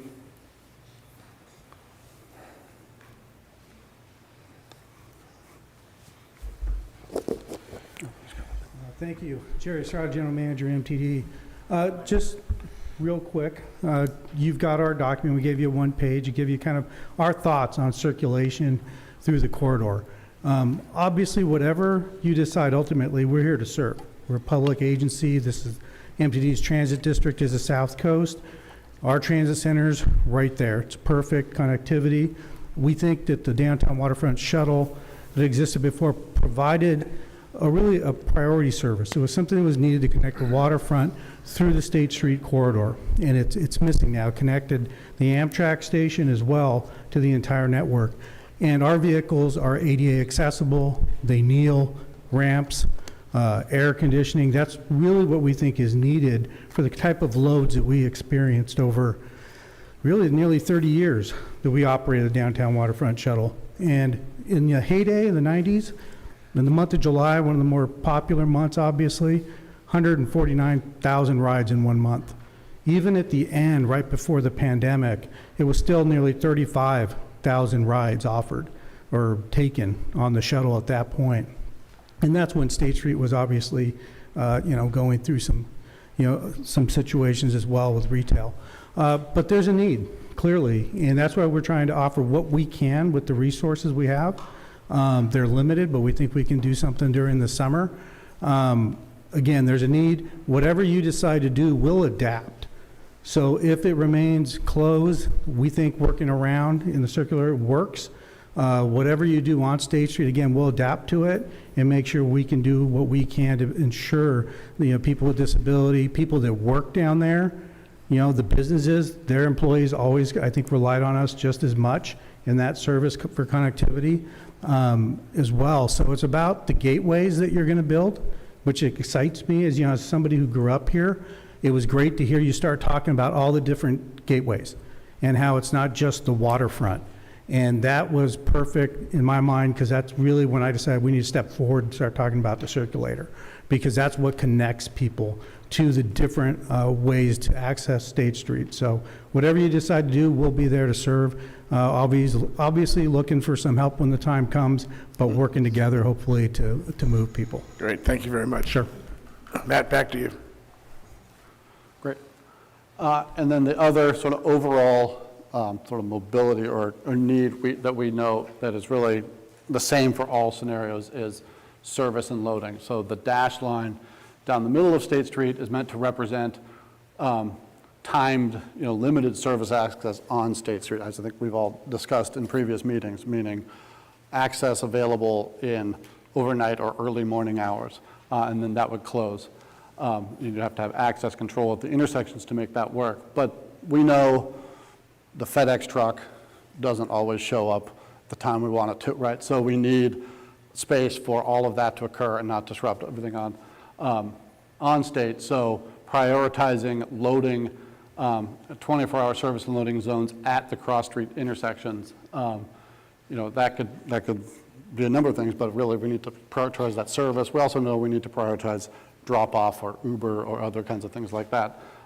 So that's really the concept for all these. We have, I will say, we didn't produce the map for today, but we have gone and mapped all of the on-street parking and loading zone on all of the cross streets so we can get into more detail as we continue down this and say exactly what there is and how it might change. So let's get into the recommendations for the Grand Paseo with those two systems in mind. That is a very simple diagram, but the first, the recommendation will start with infrastructure. So what we are recommending is the separated bikes in one-way lane through the Arts District from the 1,000 block all the way up through, actually beyond the 1,300 block to the 1,400 block, and the shared multi-purpose promenade from the 900 block south to the 500 block, and then you see, the 400 block, as we discussed, a special case that's under review. So that's the infrastructure, what you would build. How you would operate that in our minds, the mobility around it, you can see the blue line for the transit that we discussed a minute ago. At the core, the city center, the red sort of outlined area is that sort of area that's events and festivals prioritized there. So from time to time, you might close that completely to have that event. But through the shared multi-purpose promenade, basically what we're saying is it's pedestrians and bikes only. And then when you get to the Carrillo Street moving north through the separated bikes in one-way lane, you've got the separated bike lane in two directions and a one-way vehicle lane that is open to vehicles all times, moving northbound only, so away from the core. And through working with Derek and their team, there's a reason for that. If we move it away from the closed area, I think we'll get lower volumes and less use of that. Is that accurate, Derek? Good. Let me make sure. I should also add that these recommendations, we're really happy to say were done in conjunction with Derek and his team, so this is a shared recommendation. I think Matt just adding a couple points here. So Yeah. in all of this, all of the blocks would still require service and delivery. So Right. we would likely still have a morning service hour for the different blocks. Right now, I believe it's until 10 a.m. So we could either keep that or change that, but having that consistently throughout. Right. And then just to highlight in the graph that you just showed also that you see the MTD shuttle route or circulator route that's on Anacapa in Chapala. If there's a desire to do something on State Street as well, like Matt had indicated, a pedicab might be the preference from the Create State team's perspective, but you could do a microtransit or a pedicab going up most of these blocks. Right. I think, Matt, just one other thing before you go to the next piece is just looking at that 700 and 800 blocks. So as you see in the call out, the events and festivals would be prioritized there. So think of those two blocks as really the space for the most programming and activation, and where you see, really see that emphasized in those two blocks. So thanks, Ted. So that is the recommended scenario for following the Grand Paseo. We do have for discussion an alternate, which is essentially the shared multi-purpose promenade from the 500 block all the way through to the 1200 block, and then the separated lanes through the 1300 and 1400. Again, the 400 block is under review as a special case. We are showing in here a little gesture of the special treatment on Anapamu. But as I said before, that's just infrastructure, not how we recommend you operate and use it. So what we're showing there, a lot of similarities. Again, we'll start at the core, just like in the other option, that's the core zone that would have the most festivals and that programming in it. But throughout the shared multi-purpose promenade, you've got the dash green line, which is basically meaning to denote slow bike access. And then throughout the entire thing, all the way up to the 1300 block in Victoria, the dark dashed black line that's going north from Carrillo through the Arts District is just meant to denote that you can open a block as needed to facilitate event drop-off. So it's the same infrastructure, but when we've talked about the adaptability, flexibility of the infrastructure, you've got the ability to do that. So you could allow that to frankly, you could allow that to happen on any block. You've got the infrastructure to do it, but the priority would be only allow that through the Arts District to support those, theaters and destinations. And again, as Tess said, the service concept is the same as we said before, timed along State Street, access from the cross streets, and the transit is the same as before as well. So we'll conclude with this. There's a lot of text. I will try to summarize. But the conclusion that our team has come to is, like I said, the separated bikes and one-way lane from Carrillo north, the shared multi-purpose promenade through the city center and entertainment districts, continue to develop a design for the 400 block, design that multi-purpose promenade. A key reason we're recommending this is to right-size it for the ability of Santa Barbara to program and activate and make that shared multi-purpose promenade successful. That's part of the reason why we're not stretching it for the entire thing. So we think it's a priority in the city center and in the entertainment district above all, because we know the arts district has that mobility, that access need. But to continue to, sort of design and right-size that multi-purpose promenade from Haley to Carrillo to allow pedestrians and bikes and the option for pedicabs in that space. Support the city center district, like we said in that red outline before, as the primary programming and event space, and then design the arts district as the separated bikes plus one-way lane, which would require less active management and still allow that access to the theaters and the institutions there that need it. So with that.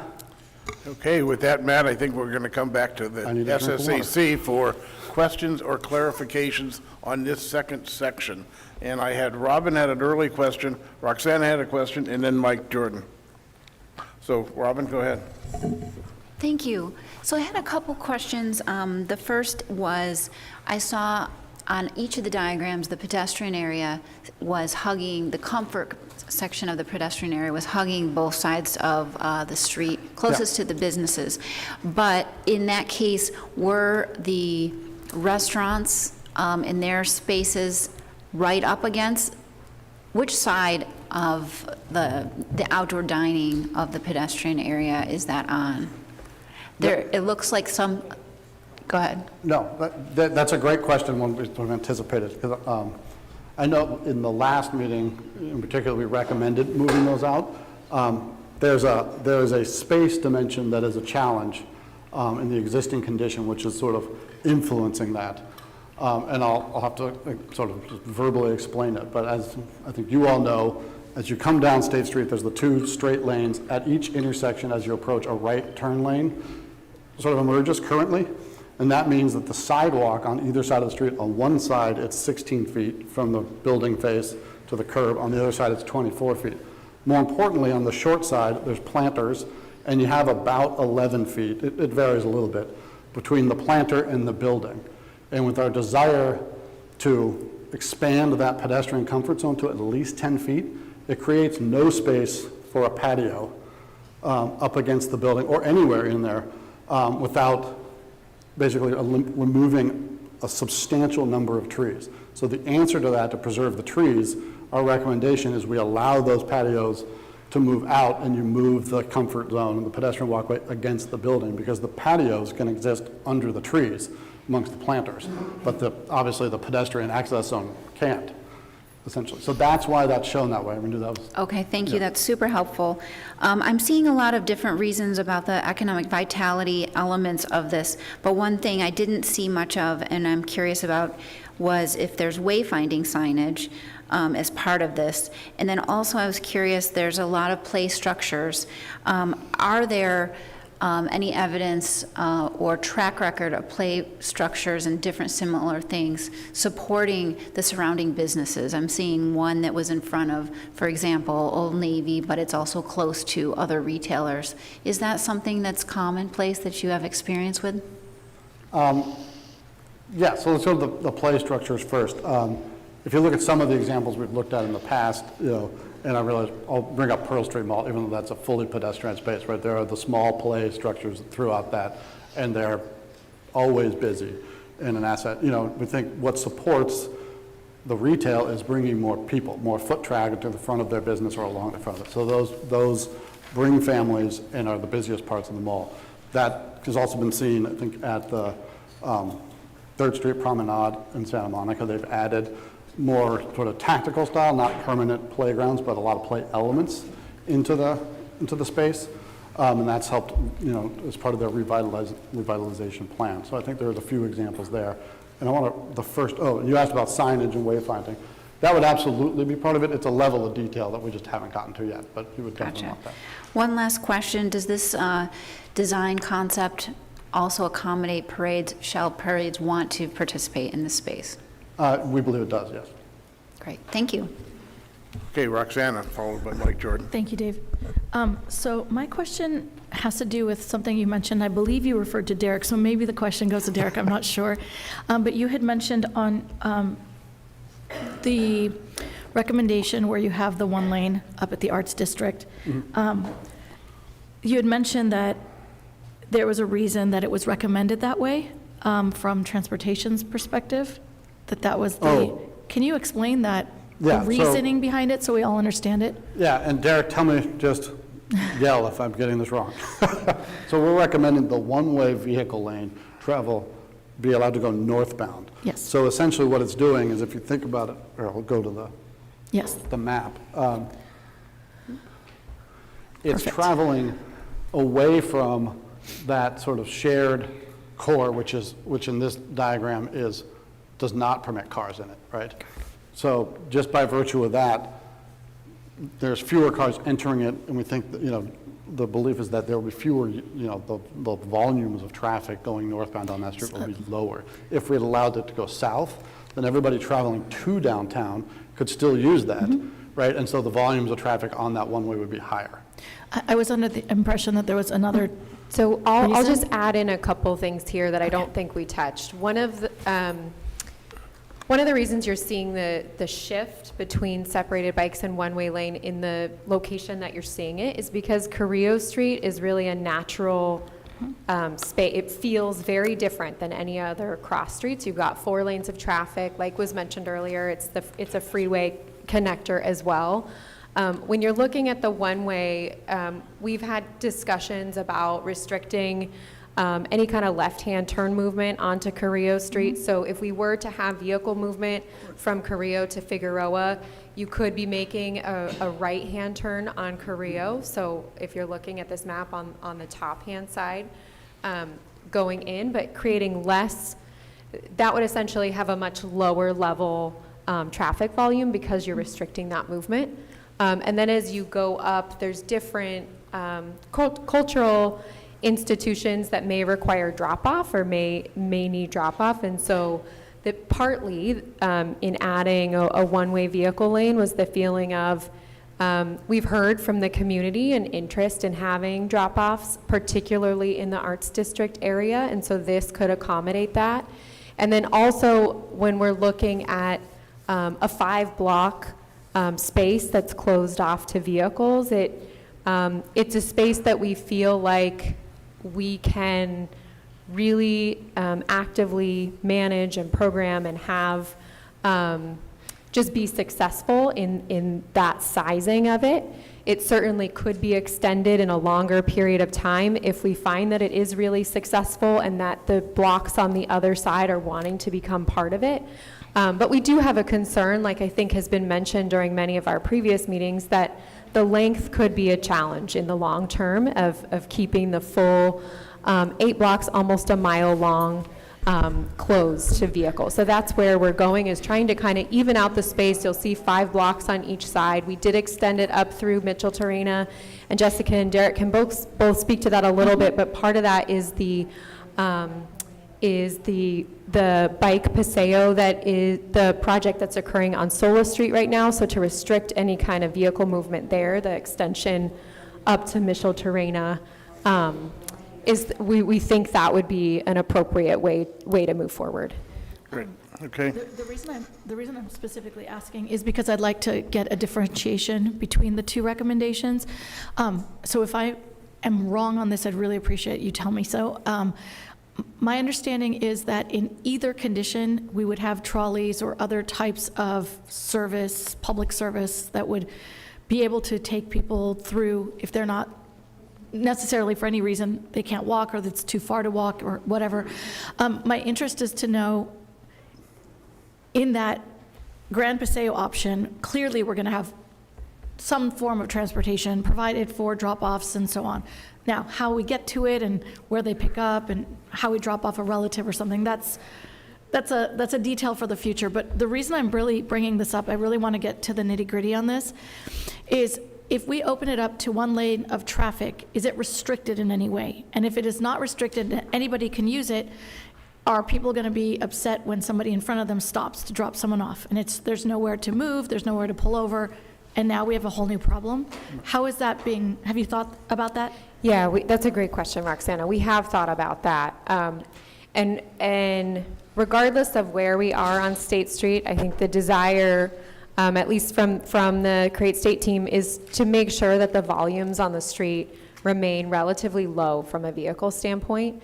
In this scenario, if somebody does stop and they're stopping in the middle of a street, I mean, first off, that's a traffic safety violation, and there are other issues there that I'm sure PD could address. But so say they weren't stopping in a loading zone up here, you would have some traffic backed up, and that wouldn't become a street that you're going to want to drive on to go from point A to point B necessarily.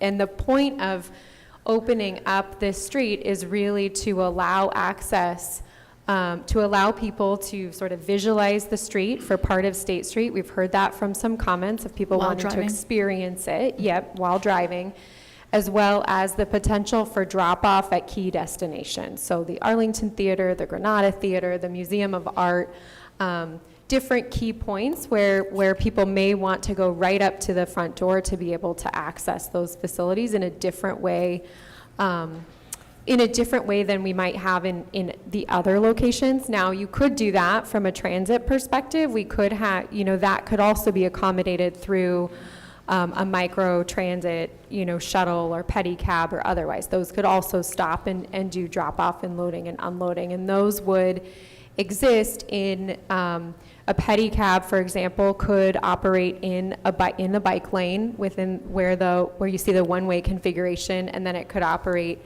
anywhere on the shared multi-purpose promenade. And then same with with some kind of a smaller transit system, you would have that operating in a vehicle lane when you switch to one-way. And oh yeah. Sorry, just to add one thing. Roxanne, if you could wrap it up, because we got other people. I was actually going to conclude my question by asking something, and then maybe I just want to say, and if we were to choose the recommendation or want to know more about the one-way option, would you then return with more detailed layouts of like where the loading areas may be, and how would you regulate traffic so people don't just stop in the middle, and where would the bike pull-off be if they're sharing a bike lane, if a pedicab? I mean, I'm just more interested in the logistics before maybe choosing that option, because I'm concerned about a lot of things that would happen in that space. So sorry, that's the end of my questions. The next step to develop that a little further. And what I was going to say is, think back to the mobility options section. One of the sort of downsides that we identified in the two-way separated with one-way lane is if there is someone doing a drop-off or if there is a FedEx truck there, right, it could cause a backup. So we may need to create some dedicated drop-off and loading zones, which would resolve that, but would cost us with some amenity space. Absolutely. Right? Yeah, that's all part of the design. Thank you. Mike Jordan, and that's followed by Diane. I just want to beat that to death. If there's one thing I've been beat to death, it's where to take grandma.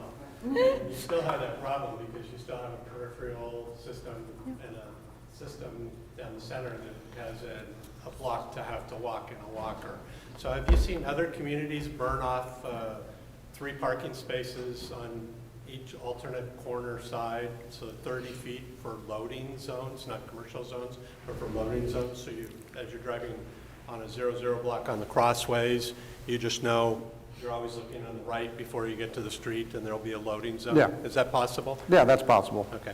And Mike, just to add on to that, we do already have that, and the yellow loading zones that exist today on the intersections were expanded at the beginning, I believe, of 2020, to widen the space so that delivery trucks and if you're just dropping off, there's that commercial loading space there. Kind of thought that deliveries in the morning and the loadings after that, right?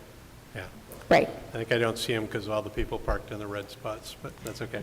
That is a different issue that I think I know. under the management piece we would want to address, is making sure that those. And then just quickly, one more. I think I have the same question Robin had. I frankly was multitasking, but in literally your whole stretch of State Street, but particularly in the 400, 500, 600 block, or 500, 600 block zones, you're showing that comfort zone that separates the food and beverage activation from the building.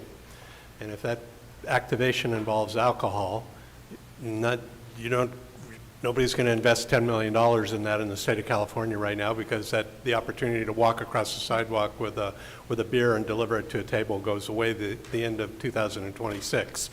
So what do you know that we don't know, or what's the answer to that?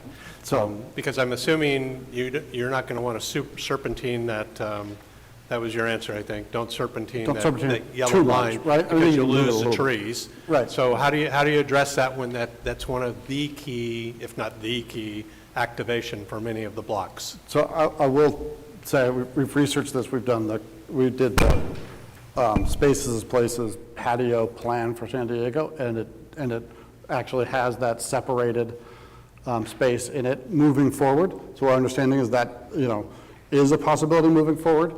If it's not legally a possibility, then we'll need to bring those, and part of the concept on the 500 and 600 blocks is expanding the patio space from an existing 6 feet to 10 feet. So we would have to bring it back to 6 feet and bring your pedestrian zone next to it. So you would lose lose some expansion opportunity in that case to protect the trees. Okay, I got Diane, Suzanne, and then I'll go to Roger. Diane. Yes, I have a, not sure if this is on. Is it? Yeah, it's okay. Okay.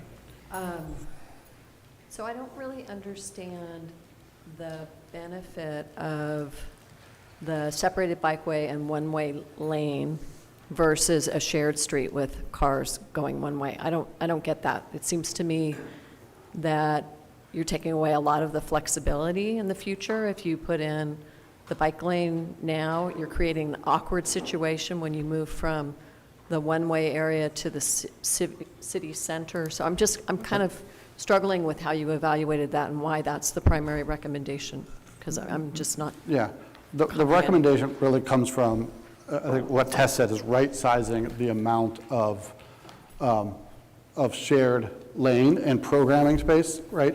It starts, in all honesty, it starts there, right? But if you have cars going in one way, you are sharing it. You're just sharing it in a different way with cars. So I don't really understand.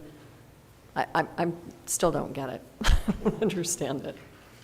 Diane, maybe just to clarify, are you meaning, so you take the shared multipurpose promenade that would not have vehicles on it, and Right. then continue into a shared configuration and add vehicles in that Add the space? vehicles in one Yeah. direction. I So- don't understand. So That seems essentially like it's that, much, right. that seems much more flexible to me than, but you don't have the lane shown up there.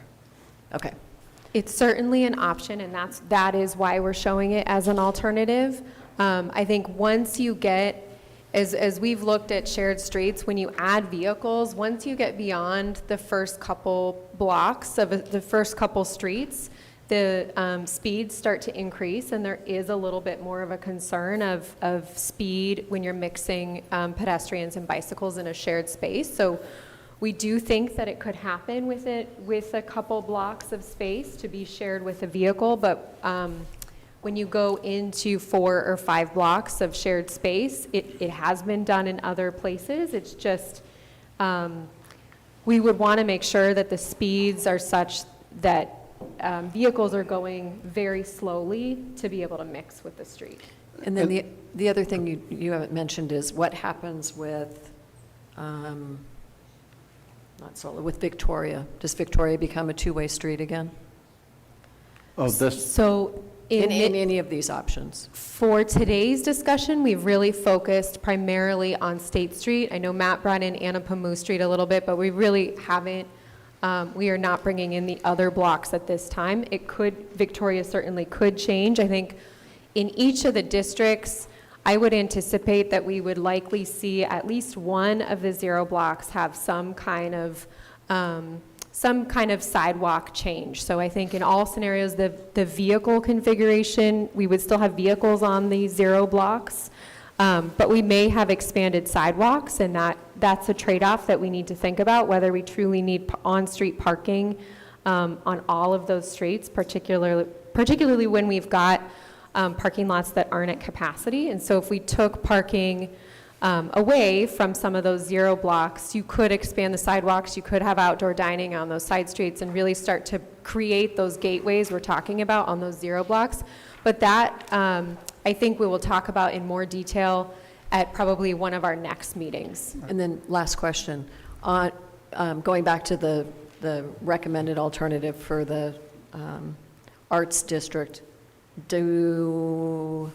so now we have, instead of the situation that we have now where people have outdoor dining, you'd actually have parklets. So if there were parklets allowed in that area, would they have to have the K-rails and all of that? Because that would really change the feel of this section of if state. a patio dining was sort of moved out, like we were just discussing, it Well, would where they need- are now, but, Yeah. or similar location now, but now they're with a lane of traffic, and so the new regulations say you have to have K-rails, so would they have to have K-rails? and I'm not sure I know specifically what K-rail is, but I would say this, what should accompany that is a pretty detailed set of design guidelines for what that patio space is, how it's defined, how it's separated. I don't think it needs a safety barrier between the That's what lane, a because K-rail yeah, is. just So, more of a decorative, let me- there. Let me jump, go for it, Matt. And I want to go back to your original question, the difference between that, why that and not the shared lane all the way along it. That gets into a little bit, I think, a future phasing discussion, right? On an assumption that Santa Barbara isn't going to build all 12 blocks of this at one time.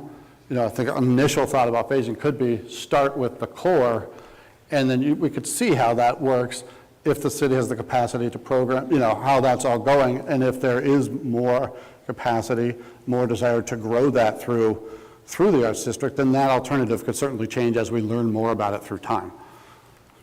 I think, let me just jump in on some of that question on the parklet and the K-rail component there. So in this scenario, in the separated bikes and one-way lane scenario, and really throughout, we are looking at sidewalk dining. We're not looking at structures on the street to be used as dining. So the space would really be pedestrianized from the sidewalk all the way through the amenity zone, and the amenity zone includes the patios, the tables and chairs.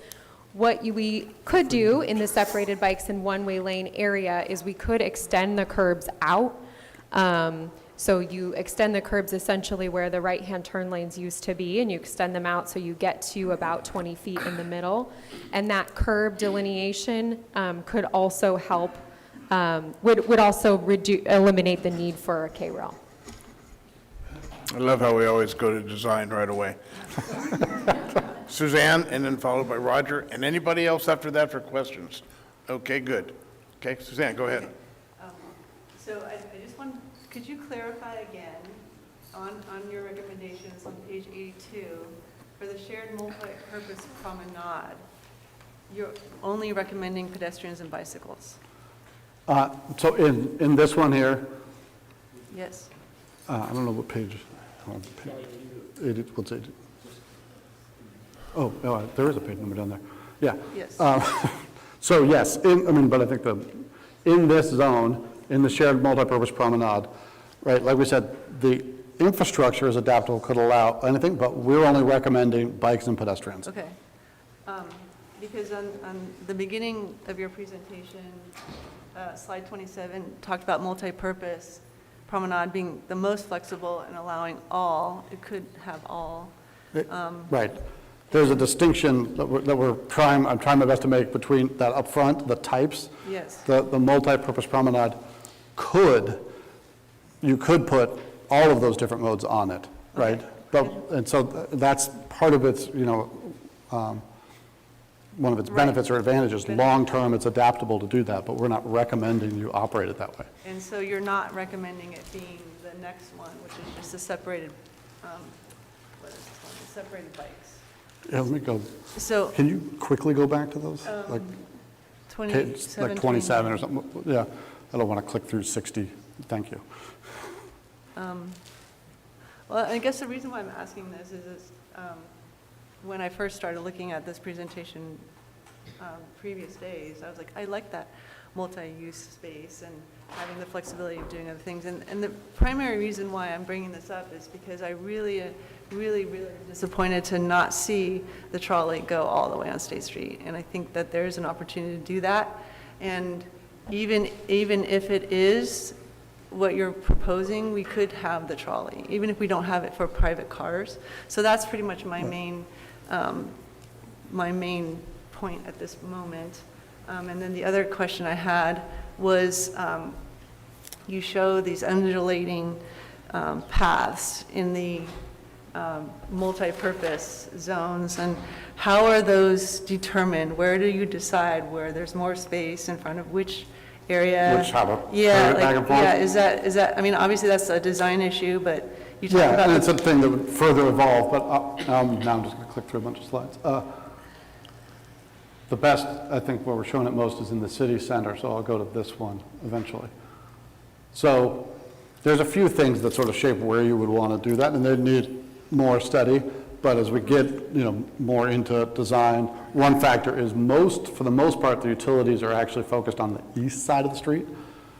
So there's more opportunity on the west side of the street to put trees and things with footings and more permanent construction. So, so we're trying to sort of jog it, we would try and jog it from a programming standpoint, where we want that amenity added, right? Whereas on, when it's jogged like this, when you have utilities under here, the things that we would add on top of that, you still do a lot of substantial programming, kiosks, movable things, but nothing with you probably can't plant a tree in there. So that would be one factor that shapes how you jog it, how it relates to its context, essentially. And then distance, how many jobs can we do in conjunction with the fire department and make sure that it's accessible to get a fire truck through, a few other factors like that. I was just thinking about in terms of equity for the different businesses, whether they had an outdoor space in front or if they didn't. I mean, I don't know. So Yeah. those are just, I didn't know if that was. That's a better one. We've tried in this simple diagram to jog it, where you're coming through from De La Guerra and you come out, there's more space on this side of the shared lane. So we're, sort of in conjunction with the context of how the paseos enter it. But you can't jog it to sort of respond to every paseo. So there's a little bit of hierarchy and judgment in there. Good, okay, I'm really, Adding on real quick to that, you'll see a slight difference. We're showing the city center here, but in the entertainment district, the 500 and 600 blocks, because of the concentration of outdoor dining that exists today, you'll see the multi-purpose promenade that's proposed is pretty even on either side, and that's part of it, is just trying to look at the different kinds of outdoor dining use and seeing that as successful today and taking that through. The other piece, Suzanne, that you mentioned was the transit. So I certainly hear the comment and question. When we were looking at transit, I think we recognized just from what Jerry with MTD and in speaking with Hillary had said of just the number of people that need to be moved in the downtown space that we're currently not moving. And so that, to us, is a real clear indicator that we need to be able to move large amounts of people in the space. And so that's where a more traditional bus-type system could be really effective. It doesn't mean, though, that it precludes transit opportunity on State Street. So that's where we're recommending a smaller transit option on State Street that could take people up and down if you wanted to do that. It feels a little bit more experiential. You might have somebody doing it just for fun. You might also be doing it to get from point A to B. And so that's just another component that could be in any of the Well, spaces. the trolleys that existed before were small. They weren't buses, so I don't know why we couldn't use those again. But anyway, thank you. Okay, I'm going to move on. Okay, Roger, and then Ken, I think, wants to speak. He will be the last commenter or questioner at this point. Roger. First of all, thank you for this presentation. A lot of work has gone into this, and really appreciate it. My question is about your thought about what is the motivation for somebody to go through this length of the Gran Paseo. In other cities I've visited and studied, there are landmarks, there is fountains, there are things that have gravitational pull that encourages to keep exploring. Maybe I'm not seeing it, but I see a lot of repetition here. I don't see what is the motivation for me to get across. To go from one end to the other. I think the motivation has got to be, it goes back to I'm not going to flip to a slide, it just goes back to the district's idea, right? And really emphasizing what is different, the activities that are different in the entertainment district versus the city center versus the arts district. So there is a different experience that pulls you, and like you said, and so it has a gravitational pull to go to the next thing. I think the graphics are fairly simple, and in particular the individual, the specific activation and programming of those things right now are still simple. We have an idea for how they're different between the districts, but where we're at right now is kind of how are we balancing space to create those magnetic destinations that pull you along and space for the mobility and how those two work together. So we're trying to honestly keep it as connected as possible and create as much comfortable space for programming as possible. You're right in the sense that in the design right now, some of those accents, you don't see, we talked last time about, and we've sort of de-emphasized a little bit, the destination gathering space with the water feature or whatever, or the event space in it. Those things need to continue to develop along with the mobility options to make those destinations along there. It starts, though, with what's going on in the entertainment district and the destinations that are in the arts district and the things that are going well there, and then a catalytic change to the city center. I just, right now I see a lot of compartmentalization. I don't see fluidity, and I don't see gravitational pull. Maybe as you guys develop, it will come clear. Right now, I'm just fearful that everything seems so boxed without the pull, the motivation for me to get through one space to the other. Right. But yeah, good luck. Hey, Roger, it's a really good question. Ken? So I have a question, I think probably for staff. So I see these 4 mobility options that were considered for the different districts. Did we consider also an option at any point for two-way traffic as a 5th option for any of the districts? And if we didn't, why didn't we? Yeah, good question, Ken. So in the multi-purpose promenade option, you could have two-way traffic. That is an option. We're showing it as one-way going north because I think the feeling is we're trying to limit, really have the ability for cars to access State Street, but not have State Street become a major thoroughfare, a place for people to go from point A to B or use to get somewhere off of the street. So trying to create the slower speed space, feeling that a one-way would likely do that more effectively than having two-way traffic, but the actual infrastructure could accommodate a two-way lane. And there is, if we could go that route where we may decide that we want to have two-way traffic going down a certain direction. To be perfectly honest, I think we also just weren't quite sure what the real need for two-way traffic was. We felt like one-way traffic could likely accommodate a desire to be driving on a part of State Street, and to be able to unload and get out on the street. We weren't quite sure what adding that extra vehicle lane would really do to the space. So that's sort of in short. I would add everything that Tess said, exactly. And then we did, when we were making those little cartoons, draw one that had a two-way lane and just to study it, right? And a two-way lane and then a separated bike lane, that was 35 feet of space for mobility, which is only 3 feet different than what you have now. So we felt like that was, all the other reasons combined with that, we sort of said that's not an option, right? And we'd handle that two-way traffic with a shared multi-purpose promenade. I think one more thing I maybe didn't quite get across is just the trade-off component. So with two-way traffic, it's going to take up a little bit more space, and so you lose some of the pedestrian space or some of the other amenity space that we're showing today.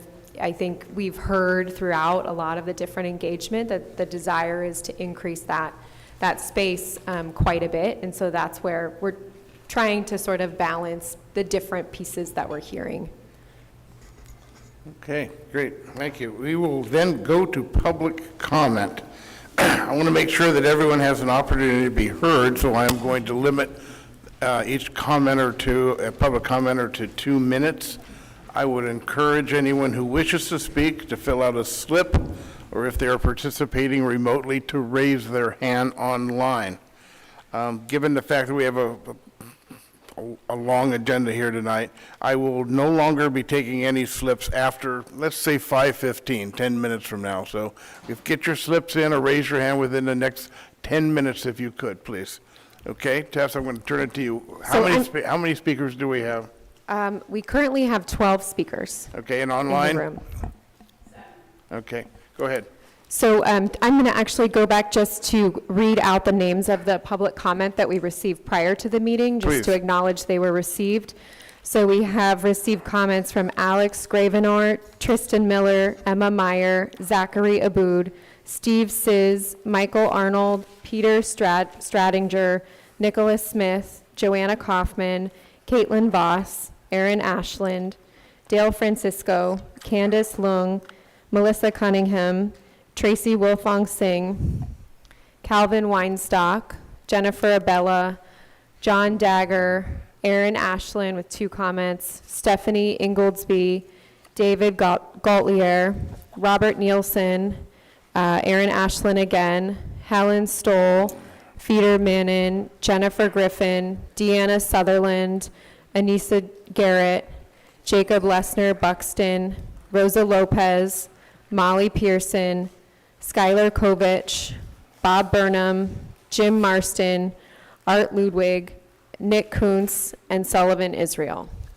I'll now go to the public comment speaker slips that I've received in the room so far. So the first speaker that I have is Jim Marston, and he'll be followed by Brian Hoffer.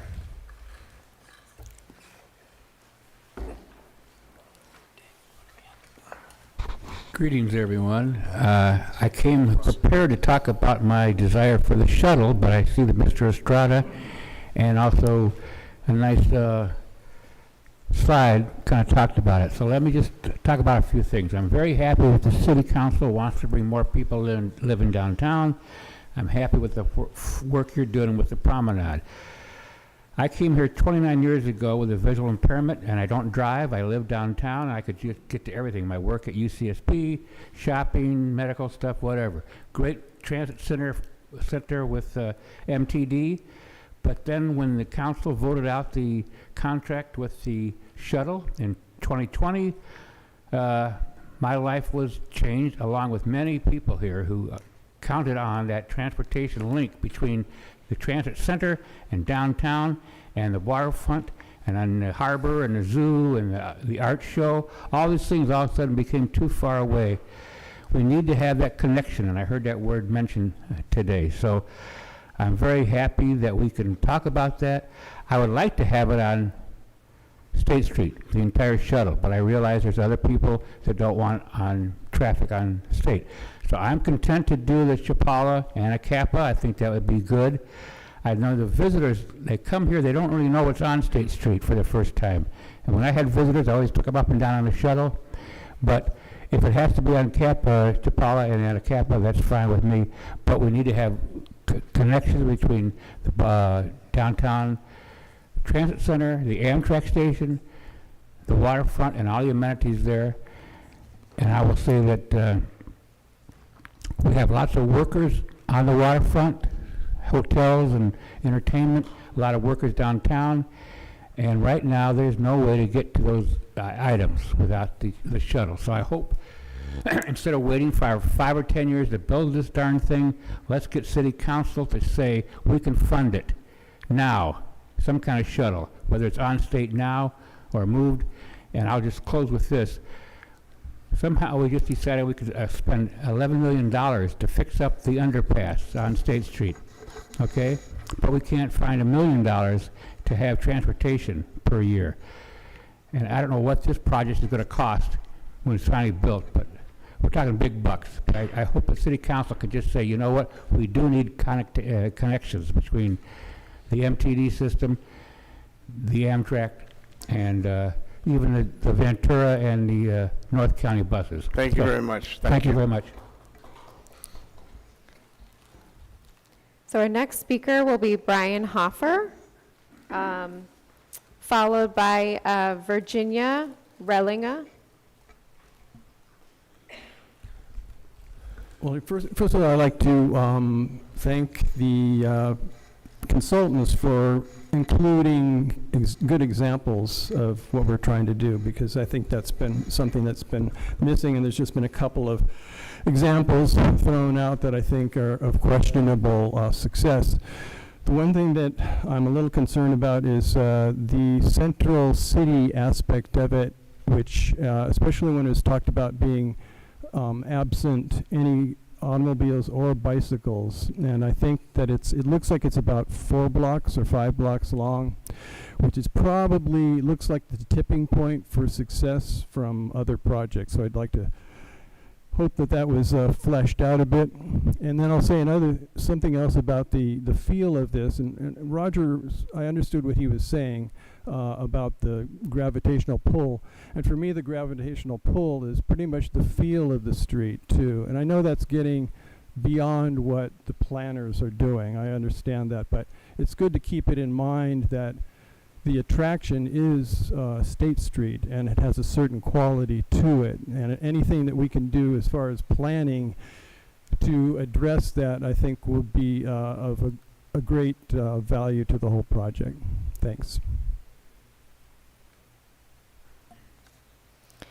Our next speaker is Virginia Relling, followed by Cassandra Ensberg.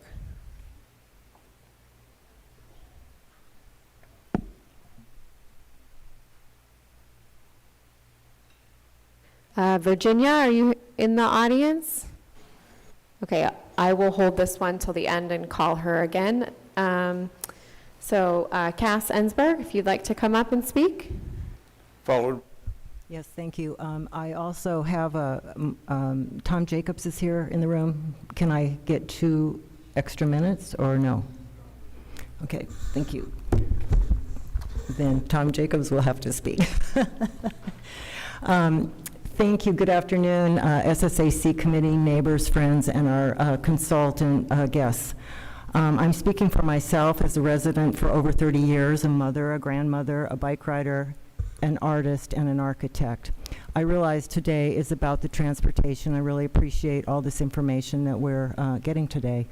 I just want to make, I have much to say, but there's not any time. So just to remember that this is the El Pueblo Viejo. This is our historic district, and I don't think that gets mentioned enough about how important it is. And back to Mr. Durling's comment of, you know, this is why people come there. One of the reasons, not the only reason.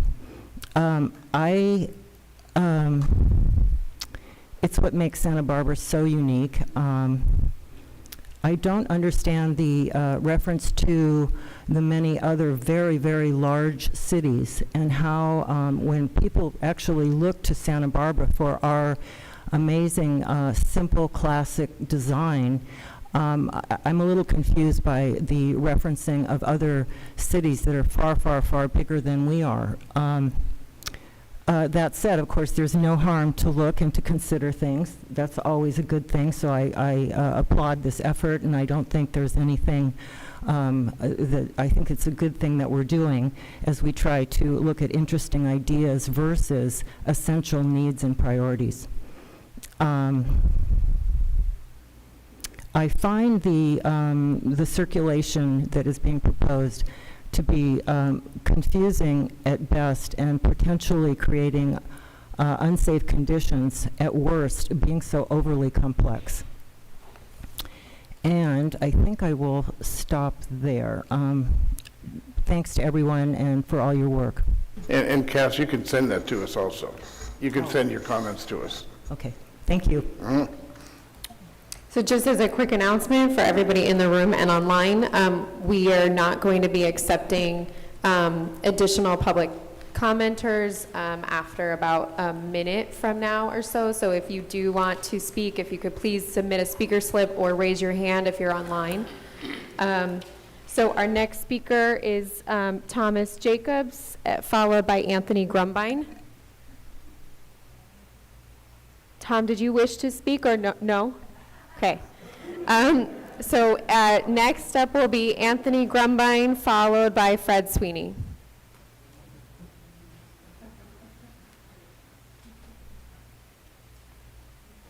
Tom, if you want, you can start by just reading my notes, and then I get an extra 2 minutes.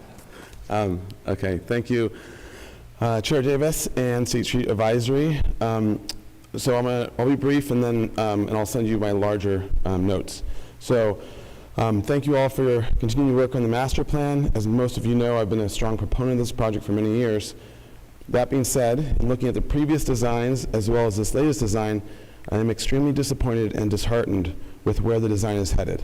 So much so that I think it would be very unfortunate if the city were to implement the proposed plan or anything remotely close to it, as it will be a serious negative impact on the El Pueblo Viejo.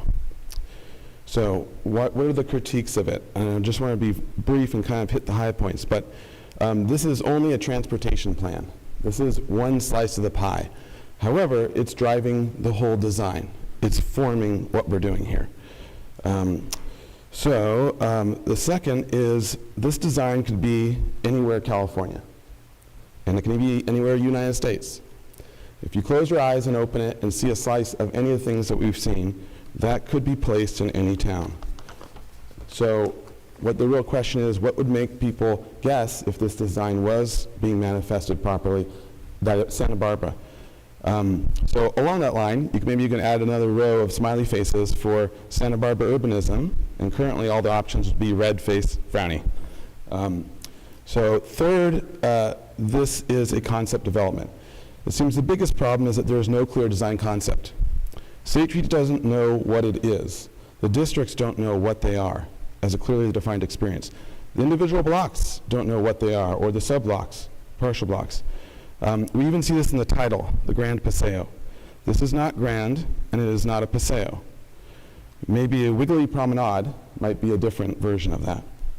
And to Roger's point, I think as we say at the HLC, it lacks poetry. And I think that's the gravitational pull you're looking for. So I think there's two recommendations here, and I'll make it very brief. First is it needs to be studied the top 30, 40, 50 of our urban Santa Barbara experiences and really understand what makes them special and particular and different. Second is I think there needs to be an outside consultant hired. And to help, we see this in HLC often, to help with someone that doesn't understand Santa Barbara's language, in this case it's Santa Barbara urbanism, really develop a wonderful plan and future for State Street. Otherwise, it might be a giant waste of everyone's time, energy, and money, and I think that really should not happen. Thank you. And Anthony, please send us those comments directly too. I'll send you them. Thank you. So next up is Fred Sweeney, followed by Barry Remis. Thank you, Mr. Grumbine. I tend to agree with a lot of what he said. Are we having fun yet, Mr. Chair?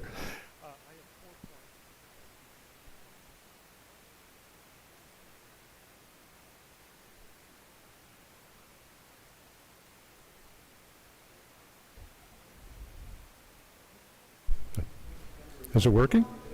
There, oh, okay.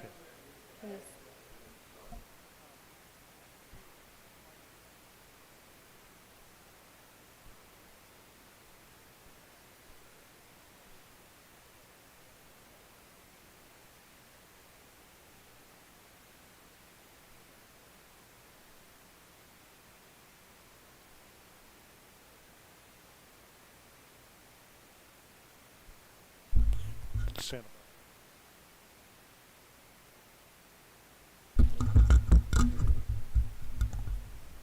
Does that work? Oh, I didn't touch anything. Okay. Start this man over. Okay. Shall I start over? Okay. K-Rails, I'd just like a further explanation from the consultant versus our current risk managers who insist we have to have the K-Rails. We really need a better solution. I am going to continue to advocate for parades. And it just can't be, oh yeah, we can have parades in 20 feet. You have to look at that distance. Disneyland on Main Street needs 26 feet to pull off their parades. In talking with the Fiesta folks, they need a minimum of 25 feet.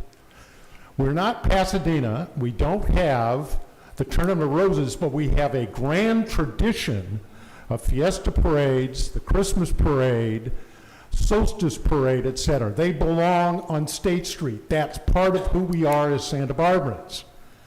And as a 12-year-old, I can tell you Bonnie Langley and her student marching band and the Barbarettes coming up State Street have a real big impact on this older guy now. We need to have that tradition back, so I'm going to continue. I know there's some decision makers that don't like that, but I'm saying parades need to be part of that. The other thing is getting back to Roger's point. All of this stuff in the mobility has to have a three-dimensional movement. What happens now once we finish the $11 million project for the underpass, when you get the top of State and Gutierrez, that there is going to be a significant visual change in how you want to continue or not continue up State Street. You can't see the Arlington Tower from that point on State Street. Where are the flags? The consultant, if you're going to sell this beyond this room to the general public, then you need to look at your images. Slide 56 should be showing our grand tradition of flags introduced by Paul Mills. That's an important part of our tradition on State Street and throughout our entire city. You need to be paying attention to that. And we have eucalyptus trees, we have sycamore trees. We don't have London plane trees. And I know you can do all of that on a computer, but you need to find some different trees to show so that it looks much more like Santa Barbara. And each of the districts need to have a vertical eye-inducing trajectory to entice people to continue to walk up State Street. It's not just going to happen because you named certain blocks something. You're going to have something well beyond, and it can't just be fountains. Thank you. So I didn't keep up with my own limit there. Sorry about that. That's okay. Barry Remis, followed by Valerie Harrison. Good afternoon. My name is Barry Remis, and I'm representing Move Santa Barbara County. We are a nonprofit countywide, and we advocate for walking, bicycling, transit, and rail. And in the absence of rail on State Street, we're going to go for all the others. We are in support of the alternative infrastructure and mobility recommendations that are listed on slides 80 and 81. Please, let's keep in mind and never lose sight that 80%, around so, of all the surveys that have gone out so far of the community, the answer has come back very clear. We don't want automobiles on State Street anymore.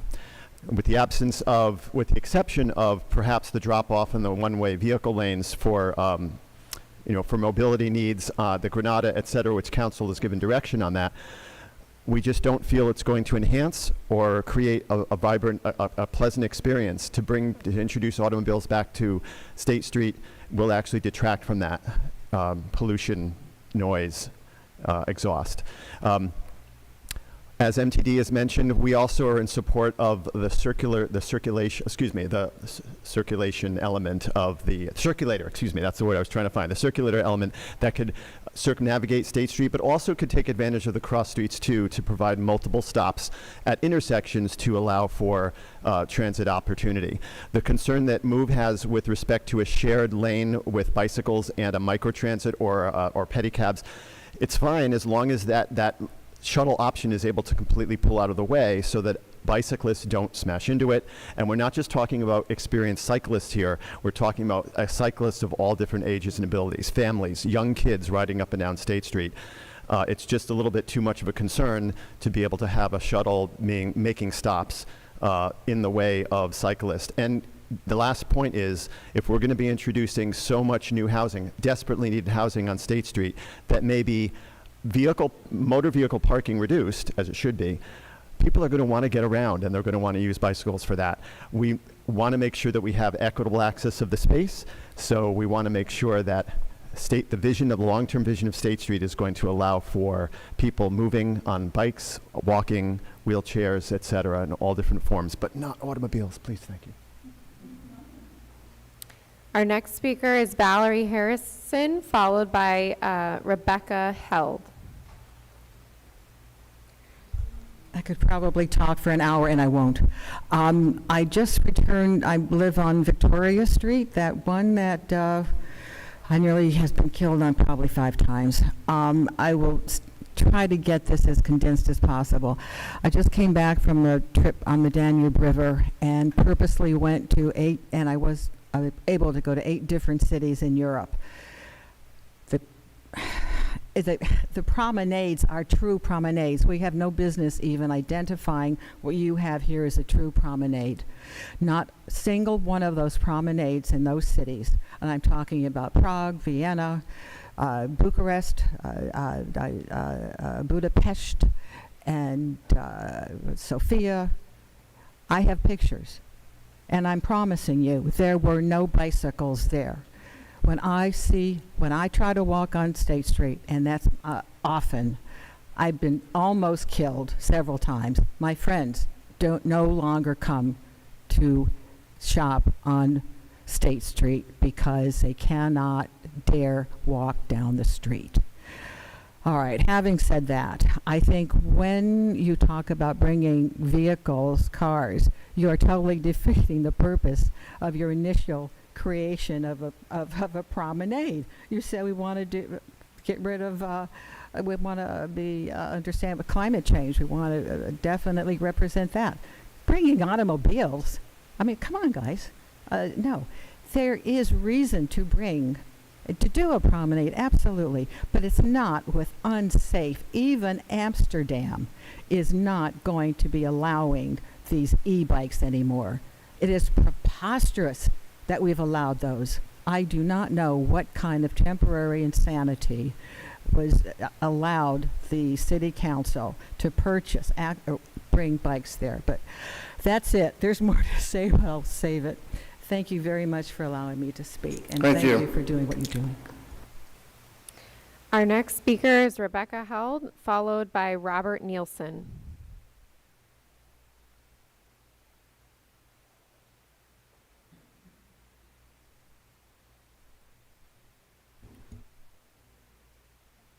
Okay, our next speaker is Robert Nielsen, followed by Kimberly Sven Brown. Hello, everyone. Thanks for letting me speak. This is my first time ever coming to a meeting. I'm 35, and I wish more of my peers that are becoming parents and kind of working during these hours could find an ability to comment. So I'm speaking on behalf of myself, but I also feel like I represent my friend groups and social groups. I grew up in Santa Barbara, 4th generation, and I live over on Mitchell-Trena Street, so coming to State Street is kind of what we do for date night and activities and outdoor time. And so I guess my recommendation, my comment is that the alternative plan of the Grand Promenade is the direction that we go, not the recommended one that has what appears to me less flexible option of the dedicated bike lanes and dedicated one-lane vehicle headed north. I do like the flexibility that the multi-purpose plan I have confidence that the things like bike safety and bike speed and architectural elements that will make it feel like Santa Barbara will come to over the course of the design, and those things will figure themselves out through the years. But the flexibility of focusing on pedestrians and people who walk and patronize businesses and not vehicles is important to me. So I'd like us to steer in that direction. Thank you. Our next speaker is Kimberly Sven Brown, followed by Bob Stout. Hi there. My name's Kim. Thanks for being here. Thanks for all you're doing. I've lived in Santa Barbara since 1979, so I've been here a long time, seen a lot of changes on State Street. And I just want to say, I walk State Street probably at least a couple times a week, mostly in the evenings, sometimes days and afternoons. I enjoy it. I walk all the way from Victoria all the way down to the 400 block. I love the lights, I love the activity, I love the bikers. I see a lot of foreign people on bikes, I see a lot of local people on bikes, kids, families. I've never been hit. I've never been close to being hit. I feel very safe. They're paying attention to me. They don't want to hit me. I don't want them to hit them. So I like that. Every time I'm down there, I see people playing the pianos. I hear people playing the pianos. So I think when we talk about something to do, maybe those become a permanent aspect or some musical thing. On the multipurpose, I see a huge traffic impact on that. I see people sitting at Anapamu waiting to turn the corner, wanting to drop people off at the theater. I think that would be a big mistake traffic-wise. Uber's going to want to be there. They're going to want to sit there and wait for their clients. I just see that multi-purpose one-way car thing as a big traffic holdup. They're going to be on Anacapa going south, waiting to turn the corner onto Anapamu, waiting to turn the corner on State Street. So the trolleys, yes, I think the trolley circular is great, but they should hit every cross street. Why not? I mean, I think that would be a great option for the people who have some mobility issues or just getting there quickly. I think that would be super. And the 400 block, I think it should be open, and maybe Gutierrez made 2 ways so that cars can go left or right once they come up under the underpass. And that way we would have a little bit more mobility that way. And that 400 block can be brought into that wonderful stretch right there of so much to do in that restaurant, art, music area. And that's what I've got to say. Thank you very much.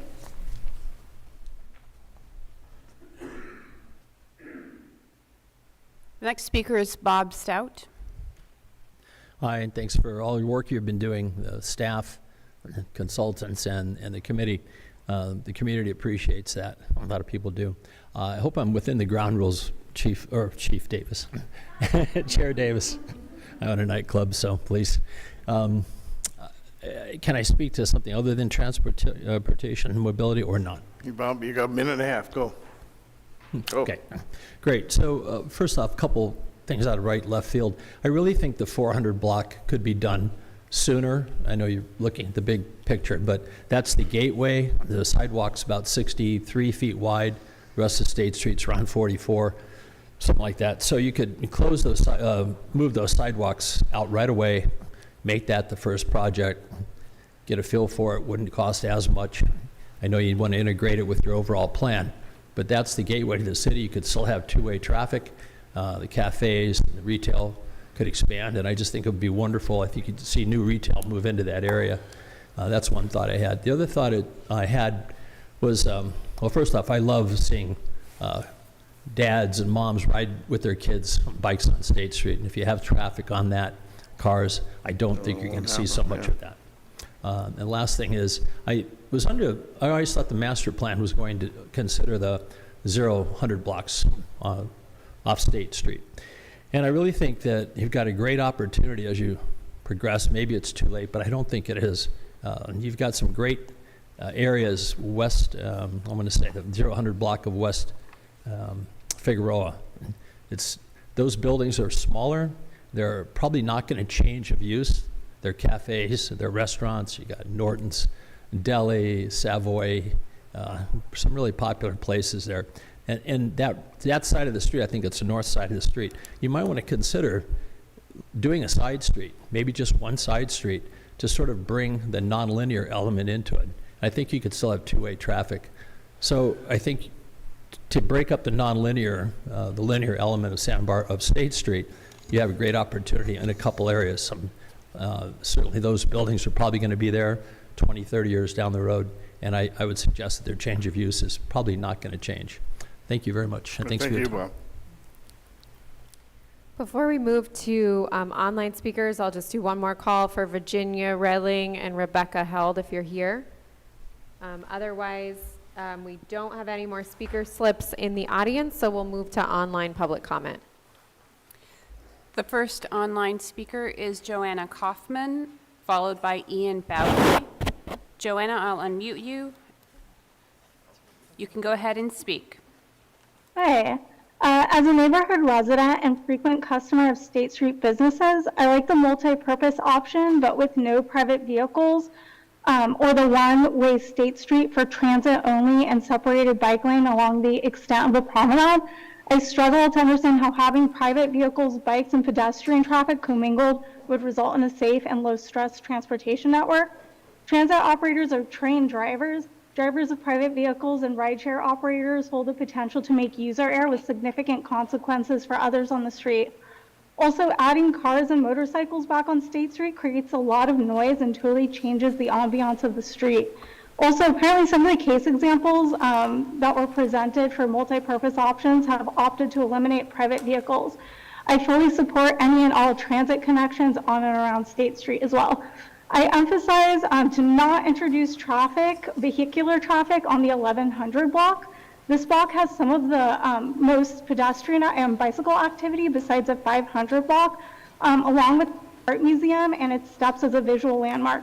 The ADA accessible entrance for the museum is on Anna Pamu, so I don't get why there'd be a benefit to reintroduce cars for drop-off.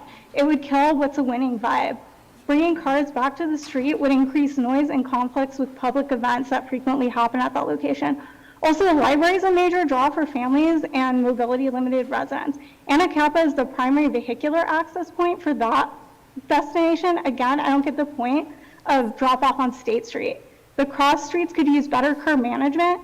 My preference is the multi-purpose option for the 1000 to 1100 block with no private vehicles. I would also like to know the specific research or case studies that indicate a longer promenade could not be successful. A couple more points. Please don't consider the city center reroute. It seems totally unnecessary and expensive to create a higher stress situation for cyclists. Also consider some improvements to the Haley Street intersection. There's a lot of bike-car complex at the right-hand turn. Perhaps add a bike lane on the left of the right-hand car turn lane. Thanks for everyone for a thorough presentation. Our city is unique, but also needs an ability to evolve and adapt for a changing world.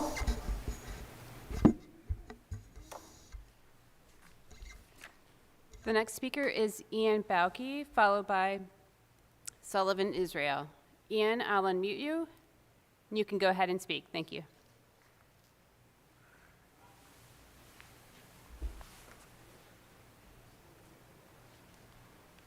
Ian Bauke, if you'd like to speak, you can speak. Can you hear me? We can hear you now, yes. Okay, sorry about that. Thank you very much. My name is Ian Bauke, born and raised in Santa Barbara, former member of the Transportation Circulation Committee. Feels like I've been waiting 2 years for these 2 minutes here, so I'll try to be succinct, but I have a lot on my mind. Overall, I support much of what staff has put before you, with the big caveat, I think the Arts District does not support the one-way traffic that's been proposed. I don't think it's been articulated as to why the Arts District in particular, beyond, the specific constituencies that would like the drop-off in front of the performing arts venues. I don't think it's clear why there needs to be vehicle traffic there. I think as it is today, honestly, could be a more lively option what we've had so far. Overall, I support from all the way from the 400 to the 1300 block, or at least the 1100 block or 1000 block, one consistent transportation system with the same amount of modes, the same for bikes and pedestrians and not for private automobiles. I agree with other commenters and some of the commissioners who have articulated a frustration of kind of this compartmentalization as has been proposed. I think we need the curbless without separation between the bikes and the pedestrians. I think any safety considerations, to the extent that they are supported by any evidence, can be accommodated through designs and engineering, different surfaces and visual things to keep people slow. I think it's also important to point out that, the Wharf Street promenade in DC, where I spent quite a lot of time, not as much as State Street, the picture that you were shown is multiple years out of date. Today, that exact spot is closed to private automobiles and is I'm not sure about bikes, but pedestrians at least, and no automobiles, because the city, had their experience and it's a much more lively and safe place without private automobiles. So in general, I support transportation that circles the street. I support bikes and pedestrians on the entire length from the 400 as far as we can get into the Arts District, definitely the 1000 block. And please do not bring back unnecessary one-way traffic without a really clear articulation as to what it's going to provide to benefit the community in the long run. Thank you very much. The next speaker is Sullivan Israel, followed by Lee Heller and Lisa Burns. Sullivan Israel, you may speak. Hello, can you hear me? We can hear you. If you can speak up a little bit, that would be great. Okay, thank you. Hi, my name's Sullivan Israel. I run the local group Strongtown Santa Barbara, although you probably know that already at this point. What you might not know is that we've grown, doubled almost since the last time I spoke to you. One thing you'll see from us recently are all of the postcards. We're trying to make public comment a bit more exciting, not just have everything be sent in digitally, do it an old-fashioned way, but also reach people who can't come to these meetings, especially when they're on 3 p.m. on a Monday, or just don't know that they're happening. And what we've filled out over 70, I think actually almost 100 at this point, people, not even just on State Street, how we ask people to do this, but also at a farmer's market event. And overwhelmingly, people do not want to see any cars. That means from the 400 block all the way up to the Granada. That doesn't mean, yes, cars above Carrillo. It means no cars at all. I think that the work that MIG has done is really fantastic, and I think that some of the questions that the committee members asked today were really, really on point and really illuminated stuff, at least for me, and I'm sure they did for the rest of the audience. And so in that vein, I think it's really important that we understand and consider facts such as why do we need cars on the 1100 block? There are no museums or theaters there. It's home to Lilac Patisserie and Chase Lounge. I've never heard anyone ask to be dropped off directly in front of those places. Additionally, having a ped-only zone I think would be a big mistake. We just heard that it would cost a ton to reroute bikes, but at the end of the day, I can tell you what would happen. People would not follow the $10 million rerouted bike lanes. They would just continue going through the ped zone, except that then you wouldn't have any signage or visuals of where bikes are supposed to go, and you would just have a worse problem than you have now. So at the end of the day, I can't speak for the rest of Strongtowns on exactly what we want, because we were also just introduced to these options, but I can say that none of our members want to see any type of cars anywhere on State Street, and we want to see bikes accommodated. And what we found in our outreach through the postcard campaign is that many, many people throughout the city agree, even though you may not hear from them at every single SSAC meeting. So thank you. The next speaker is Lee Heller, followed by Lisa Burns and Patrick Casey. Lee Heller, you can go ahead and speak. Thank you so much. Chair Davis and members of the committee, thank you and the staff and the consultants for all the incredibly hard work you've done and the thoughtful effort you've put into this. I'm not going to waste your time by repeating what some of the better speakers have said, but I want to echo what I believe it's Caitlin and Ian said. The multi-purpose plan seems to me to be the most sensible, with private vehicles not included except under unusual circumstances, although this does provide an option should they be necessary at a future date. But it provides the opportunity for professionally driven trolleys, as well as private professionals, microtransit, to move people. It also provides consistency. I agree that the alternate plan that routes bikes around the civic core is just too expensive and doesn't make sense. But I think overall this is a logical starting point, and if the design elements ensure safety in vehicle speeds, this can get us moving forward both literally and metaphorically with this entire process. And I also want to thank the consultants for not including features like flags and signage, because that's not what this meeting is about.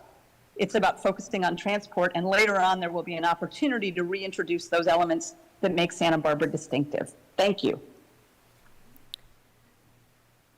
We no longer have a raised hand for Lisa Burns. So Patrick Casey, I'll unmute you. You can go ahead and speak, Patrick. Good evening. Thank you. And thank you for today's presentation. I understand that you cannot physically answer any questions posed here by the public, but I'm still going to pose a couple with hopes that we address them in a future presentation.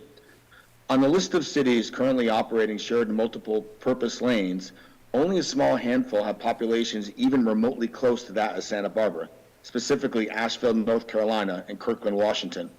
Out of curiosity, of all of those shared multi-purpose lanes listed, how many of those are as long as the existing 8-block or the even proposed 11-block promenade that we saw today? If the answer is none, which it may be, then what is the next closest in size as to what you are proposing for our even smaller city? How many of these multi-purpose lanes listed are using their main street, main artery of the downtown core? And how many of these examples are actually fully car-free? Wall Street in Asheville is a converted alley that's only 730 feet in length with vehicular traffic. Park Lane in Kirkland is also only 2 blocks in length and is not a main street. It's not even a top 10 destination for their city. In addition to the actual cost of creating this project, these proposed spaces, there is also a cost associated with the operation, maintenance, enforcement, and regulating aspects of these spaces. Our council and city staff has already informed our community of their inability to follow through on their promise to properly maintain and regulate the currently as-is promenade due to the irresponsible decision to lower the fees for private use of the public right-of-way, even though they assured us these costs would still be covered.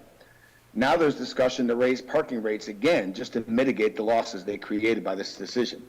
So where will the funds come from, not just to build, but to cover the operational day-to-day costs of the proposed promenade with all the moving parts you just presented? Or will it just stay unmonitored, unregulated, and not properly maintained or up to the Santa Barbara standards?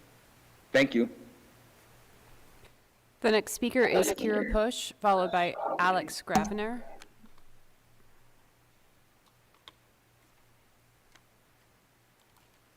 Kira, you can go ahead and speak. Oh, thank you. Hi, everyone. Thanks for the great presentation today. Just wanted to say, I think it's really great that if one of the very few things that people feel compelled to complain about in this presentation is the flags. I think that speaks really highly to the actual content being presented. I do want to say I'd appreciate a more thorough or detailed report discussing the reasoning and research underpinning the conclusions made in the smiley face table, especially the row designating which designs provide economic vitality. There seems to be a lack of empirical evidence informing the ratings presented. Also wanted to point out that a huge concern that we hear over and over is that bikes and pedestrians need to be separated on State Street, and I feel like the bike separated lanes option makes the most sense in that regard. Pedestrians being able to cross wherever in the multi-purpose option seems like it doesn't address that big concern, and seems like it may just continue to create more bicycle and pedestrian interactions. I also wanted to emphasize and restate the fact that I agree with what's been said. I do not want private vehicles on State Street. The 1,000 and 1,100 blocks especially ought to remain closed to cars, especially because the Arcata is a pedestrian destination, and the block with Satellite on it is an awesome place to hang out and chill. And I would love to be there without worrying about the dangers and health hazards imposed by cars. That was all. Thanks. The last two speakers are Alex Gravener, followed by Madeline Oliver. Alex Gravener, go ahead and speak. Hello. I apologize if you hear any background noise. I'm walking on one of our lovely Santa Barbara streets, and you might hear the cars behind me. I want to say, speaking of the cars, I think that we really underestimate the danger that cars pose. And if we go for the multi-use path, the cars will be on the same level as people and dining in restaurants. And just as we determined with the parklets, those sorts of situations need hay rails, they need some kind of physical barrier. and they may be necessary in this design if we open up the car to the road to cars. I also want to echo other comments that I really think the 1,000 block and the 1,100 block, there's no reason to have cars on those blocks. There's not really any need. There's like 600 units of parking spaces right behind, and the accessible entrance to the museum is not on State Street. Yeah, generally I want to echo that city staff and MIG are doing a great job, and I want to keep pressing forward to pedestrian State Street. Thanks so much. The last speaker is Madeline Oliver. Madeline Oliver, you can go ahead and speak. Thank you. Hi, I'm Madeline. I'm 28 and a resident of downtown Santa Barbara. I have a master's in environmental science and management from UCSB's Bren School and a bachelor's in environmental policy and urban planning from UC Davis. I currently work at Better World Group leading campaigns to advance climate and clean transportation policy, and I've previously worked in planning at the state and local level. I'm extremely passionate about living in and creating more vibrant, walkable, bikeable, and transit-oriented cities, which is one of the reasons I chose to stay in Santa Barbara after grad school. I love that I can walk and bike everywhere I need to go, and I'm so proud to be a resident of a city that decided to dedicate their main street to pedestrians and bicyclists. I'm speaking today because I feel very strongly that automobiles should stay off of State Street, and I want to say that while I don't feel like there are many folks in their mid to late 20s, like myself, that are participating in public comment, I've spoken to many of my peers about this, and none of them want cars on State Street. This issue feels especially close to my heart this week because I just returned to Santa Barbara yesterday from a trip home to visit my family in Napa, California, where I used to work as a Safe Routes to School program manager for the Napa County Bicycle Coalition. While I was there, 2 bicyclists were killed by a vehicle. We need to continue to prioritize the safety and experience of walkers and bikers over vehicles. Please do not move backwards by allowing private automobiles back on State Street. Thank you. There are no other speakers online. Thank you very much. Thanks for all the speakers that have been here. Can you hear me? Somebody's Hello? on. Is that Karen Luckett?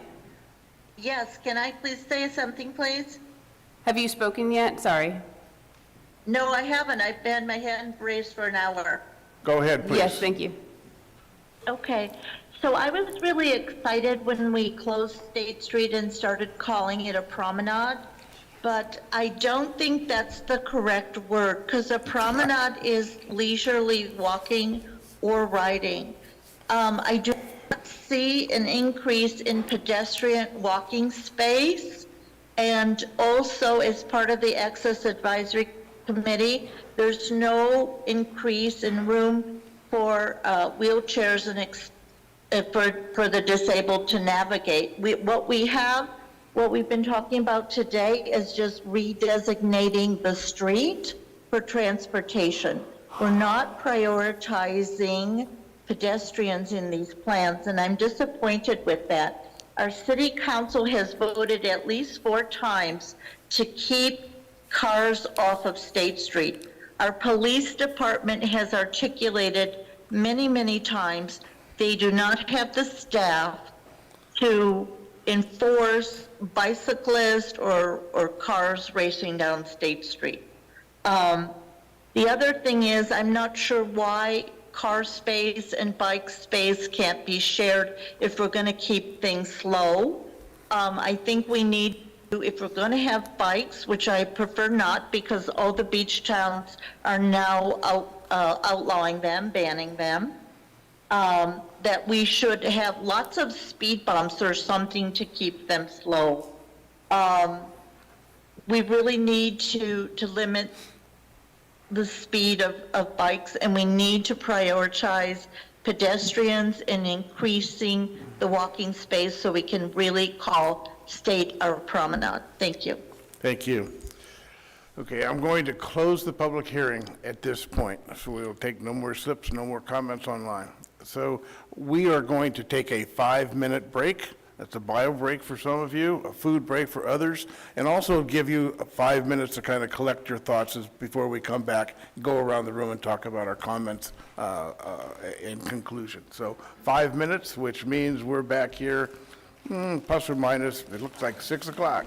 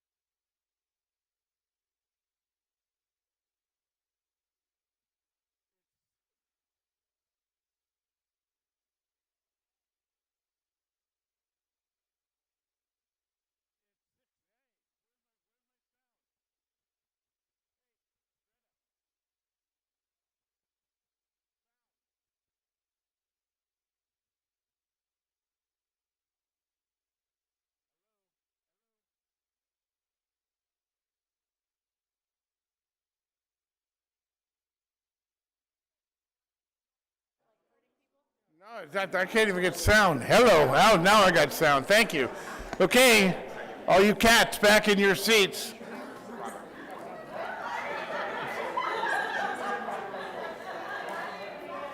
Thank you.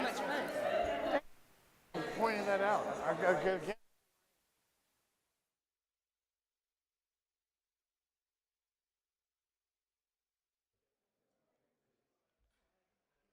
Okay, everyone.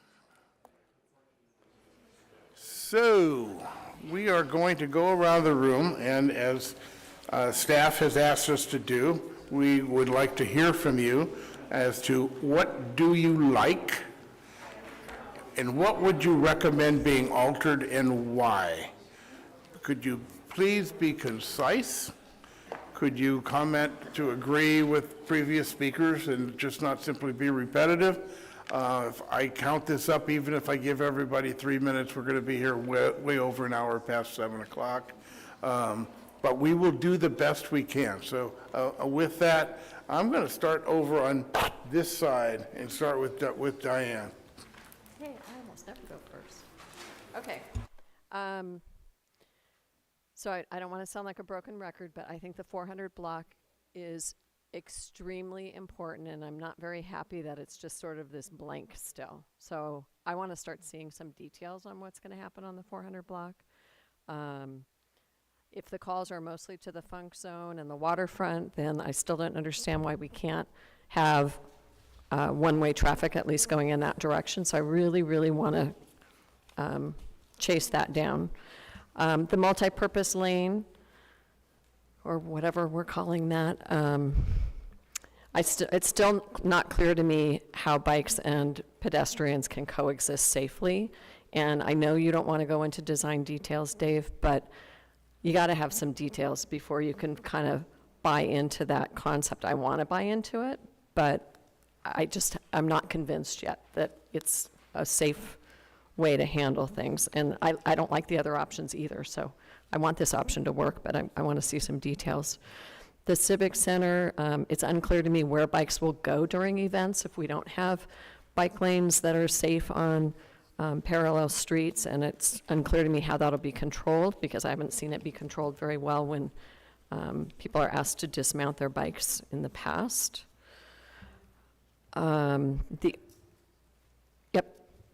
The Arts District, my fear is that if we develop separate bike lanes and one lane of travel as sort of an interim solution, that is the solution we will see forever.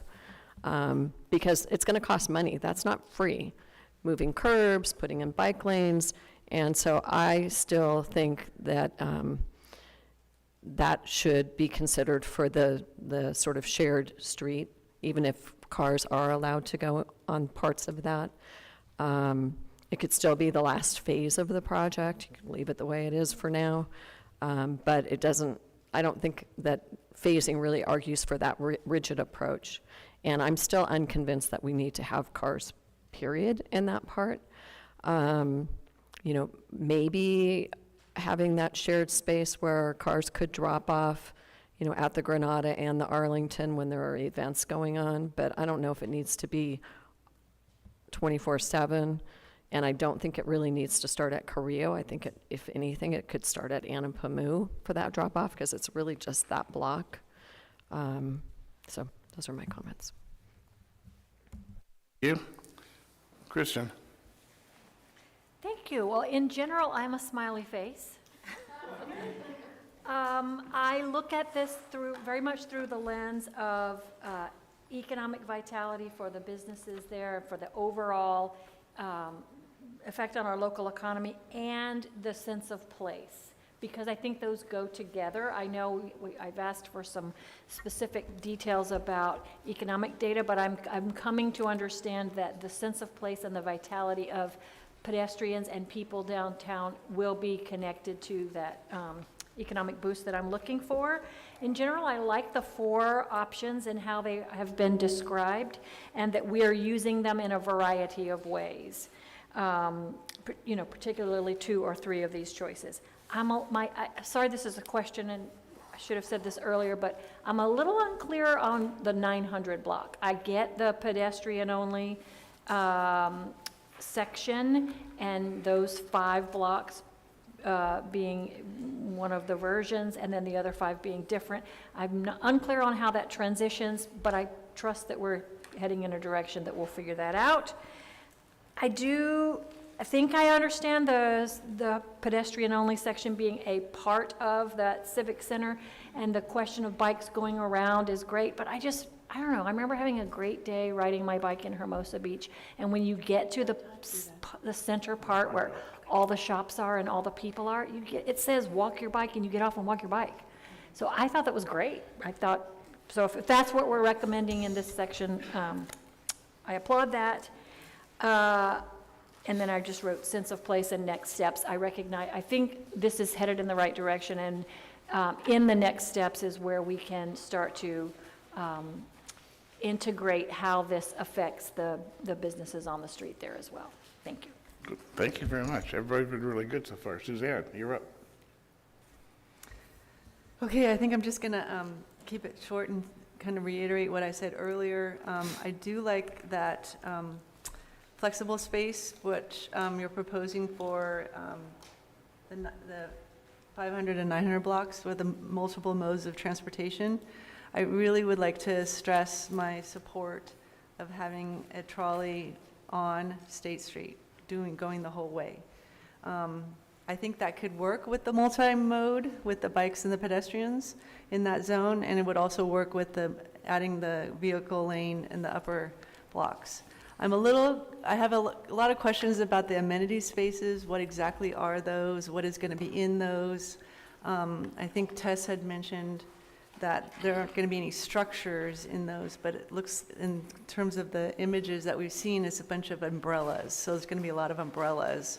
And I just don't know if that's going to take away from the architecture of Santa Barbara and the look of the street. Anyway, those are my comments. Thank you again for your presentation. Good, thank you very much. Ed? It's cold in here. You got a jacket on, I don't. You cut me off when you're through with me, okay? I think one of the things I recognize is that I think we're oftentimes seduced and misled by renderings. And I think, number one, your renderings aren't Santa Barbara. The trees aren't Santa Barbara. You know, there's nothing about your renderings of Santa Barbara. So I think we are being misled a little bit, and it's unfortunate. I also think what you might want to do next time is do a couple of renderings at an intersection where the cross streets are. Just don't write that down, because I think that we are ignoring the fact that this is not a continuous, enjoyable promenade that is potentially not having any cars interfere with it. There are cars every block crossing it. And remember that, people, there are cars every block crossing it. One of the comments made by someone was that I don't think we should even call it a promenade, and I would agree with that, but I'm not sure what the proper name should be. I really like your grand Paseo scheme recommendations. I think that you're designating the right kinds of mobility in both sections, and they need to be modified a little bit, but I think it's you're going in the right direction there. I really do. One of the things that I realized, and I spent 2.5 hours downtown again today at State Street. I do it quite often before these meetings. People do not walk down the middle of the street. Maybe they do on Saturday and Sunday. But to think that we have a promenade with people walking down the middle of the street is not reality. The reality is, at least 5 days a week or more, is people walk on the sidewalk. They walk by the storefronts. And if you're going to have bikes in the street, great, but don't put people, because people and bikes don't mix. But again, the promenade is really the sidewalks that we have, the brick, sidewalks, not the middle of the street. And I don't think you're going to change that even by spending millions of dollars to change the paving on the street. There's a strong opposition to automobiles, really a strong opposition, and it's It's almost like, what would you say? The rich aren't paying their fair share, right? So we need to do something about that. Well, I don't like cars, let's get rid of them. And I don't think that's a solution to all our problems either. And I think that your idea of cars on the upper, in the Arts District is a good idea. And I think you can, as the city gets down the road 5 or 10 years, they can bounce away from that when they see that that something else is working. Thank you. He knows I talk a lot. I'm going to finish you real quickly. One of the things I see is that at least in the upper area, you can take and maybe move the curbs out, certainly move the curbs out where the right turn lanes are and the drop-off areas are, and you're going to create a lot more space for the amenities, restaurants or whatever. If you take out some of the built-in concrete structures, if you take out some of the extensive planting that's there, keeping the trees, you're going to create a lot of space for restaurant operators. And I was talking to a restaurant operator today, and he didn't agree with me on that, but I think if he was shown where that space is, the amenity space is, that you can maybe get by relatively inexpensively, at least in the upper reaches, where you have cars, maybe as someone suggested, cars going both directions. Thank you. Thank you, Ed. Megan? Thank you, Chair. Thank you, Chair. Yes. So I'll start by associating myself with a lot of the comments that Kristen made, particularly with regard to looking forward, how a lot of these different elements are going to integrate. I think that's a very good point, and especially important for us to remember as we're thinking about specifically the issues related to mobility. So I'm going to just really stick to the questions. What do I like? I mean, I really like the shared multi-purpose promenade aspect. For me, I'm not a fan of the one-way traffic. I think, I don't know what, I guess it's 81 or 82, whichever the one that had the long multi-purpose element. To me, that's the concept that's most reflective and responsive to, I think, our sort of grand vision for what our shared purpose is in being here. So I guess I can't say strongly enough that that's where I am falling.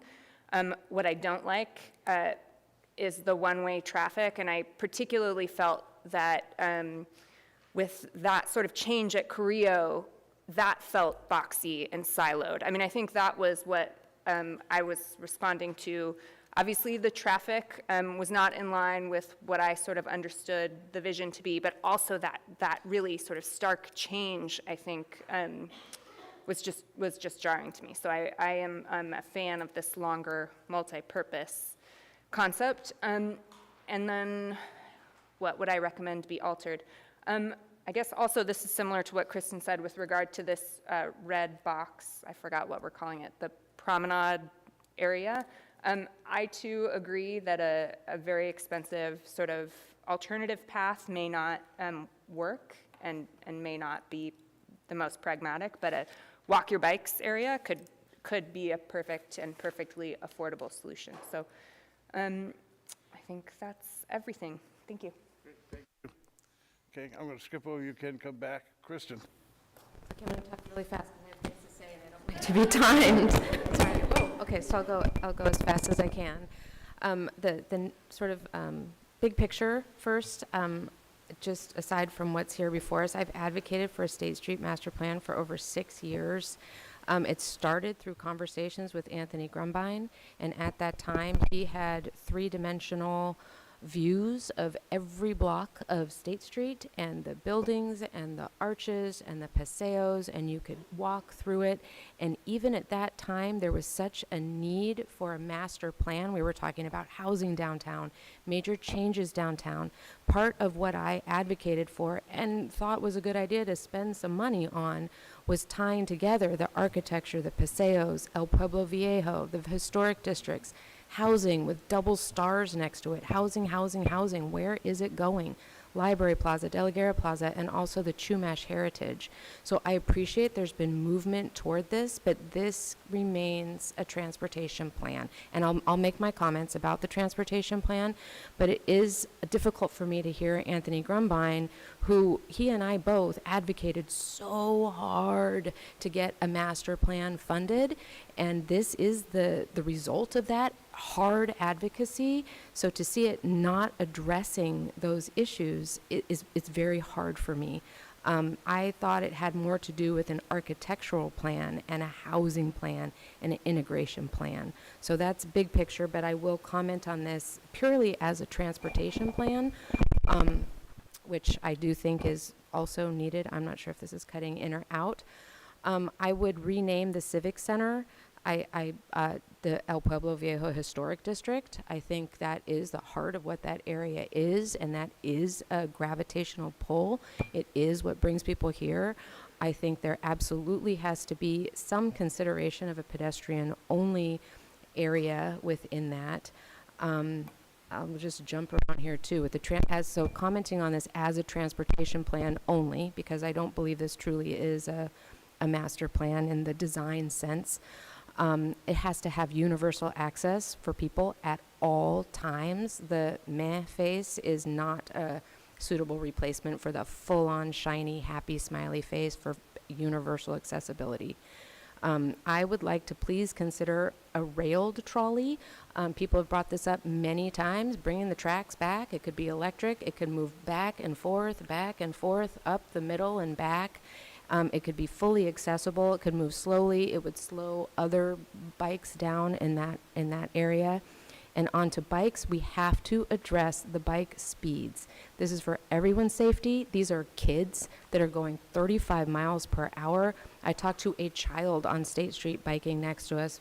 Diane was there, and I asked this kid, how fast do you go on that? And he's like, oh, well, I put the ticker tape on the back, and I alter it, and I go 35 miles an hour, no helmet, and he takes off. We can be trying these things now. I don't believe textures are going to address 35 mile per hour speeds. If there is something that we think can happen, we need to try it. We need to have a proof of concept before we invest many more millions of dollars on trying to make this work. Right away, we need to have a people mover. I just don't, we have to have that. We have to have proof of concept for some of these ideas. My concern with flexibility, too much flexibility, is that if a future council might use that flexibility to turn it back into a two-way traffic street. I want to be really clear, no matter what the plan is, as a transportation plan, I don't want cars on State Street. There's plenty of room for a fully accessible people mover trolley with tracks that go up and down the street. Okay, yep, I will. Okay, I'm sorry. Keep the MTD circulator. As a design plan, please sit down with the HLC chair and work on design elements. Maybe HLC could have a small design team who could help inform that. And so the one plan I support for the whole way is the multi-purpose, but not at the same time cars and children on bicycles don't mix. Great. Michael?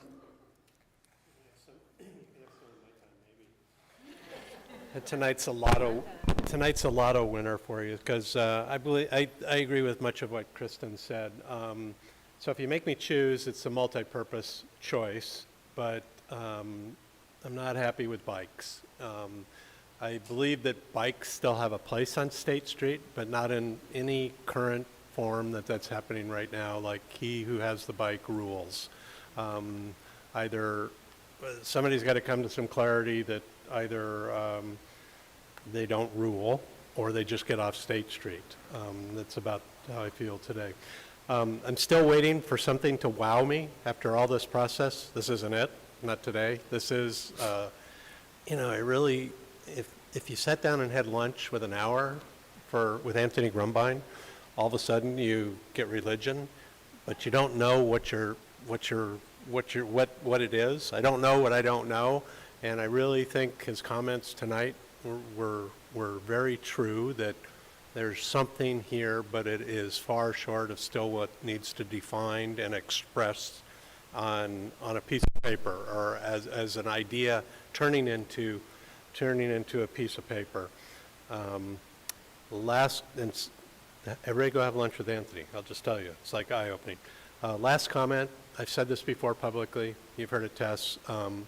We continue to put the nails in our own coffin by continuing to call it a street. And even in the opening staff report, you say pedestrians, bikes, transit, and vehicles.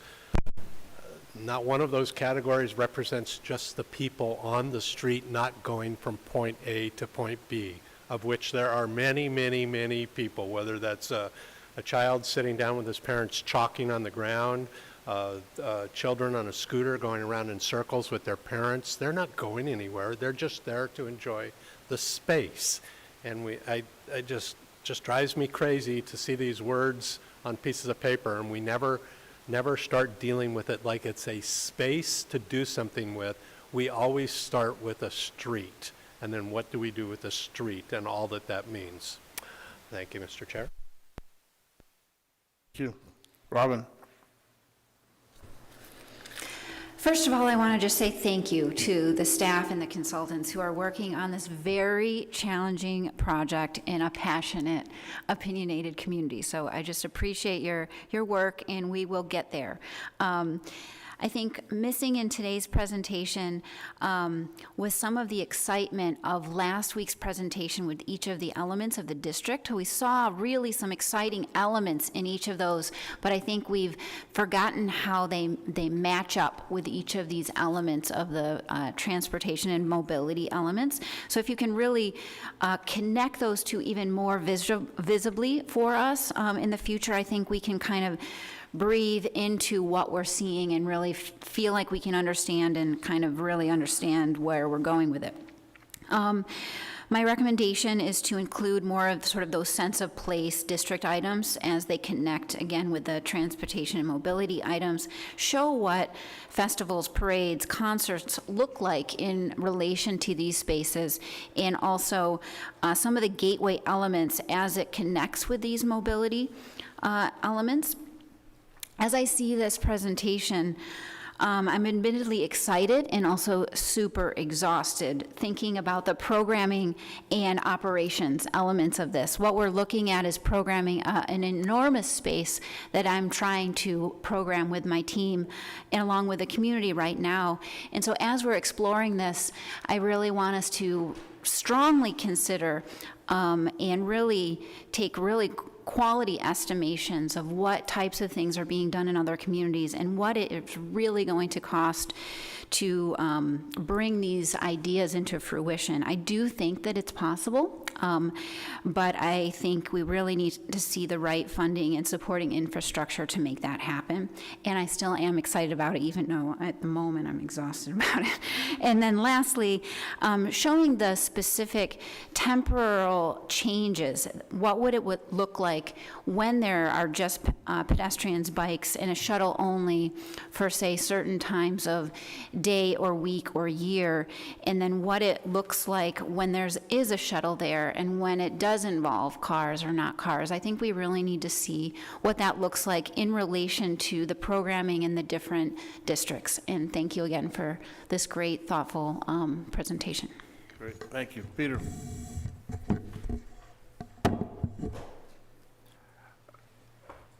So, thanks for the efforts, and I do think there's been progress made in general. I like the multi-purpose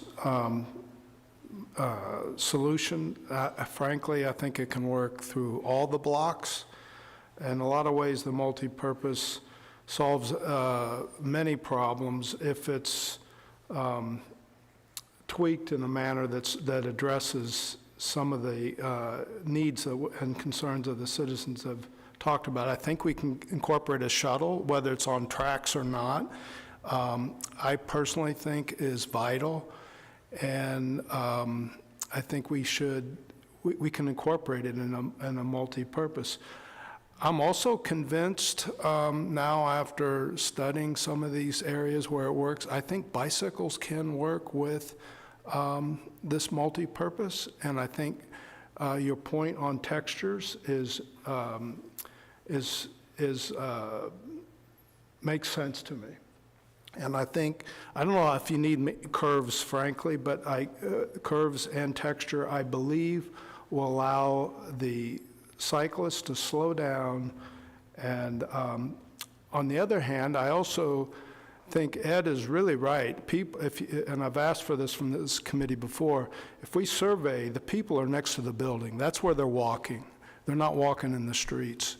So I appreciate that you've added the width to the sidewalk to 10 feet.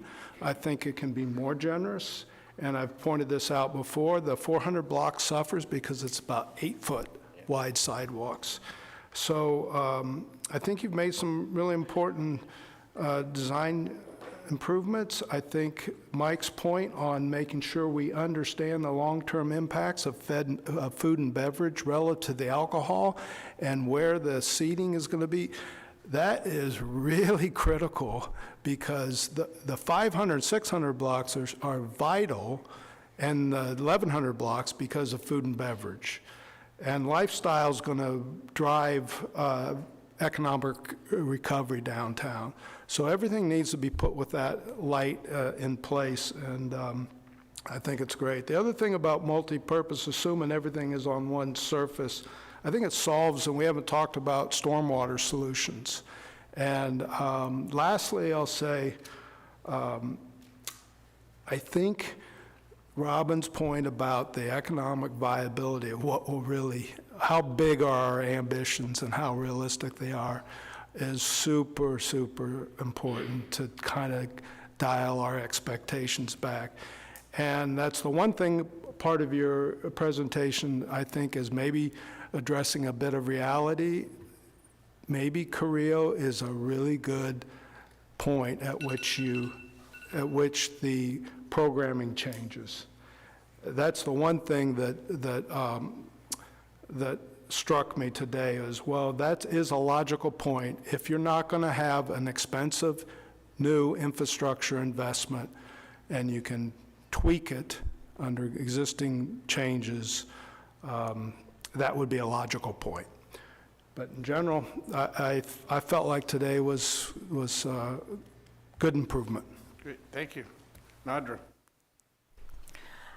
Well, I just want to start off by, again, thanking the staff and the consultants for all of your hard work and getting us to this point. I know that we are a very particular town and have very particular needs, and it's not easy being able to wrap all of our different needs up together to come up with a viable solution.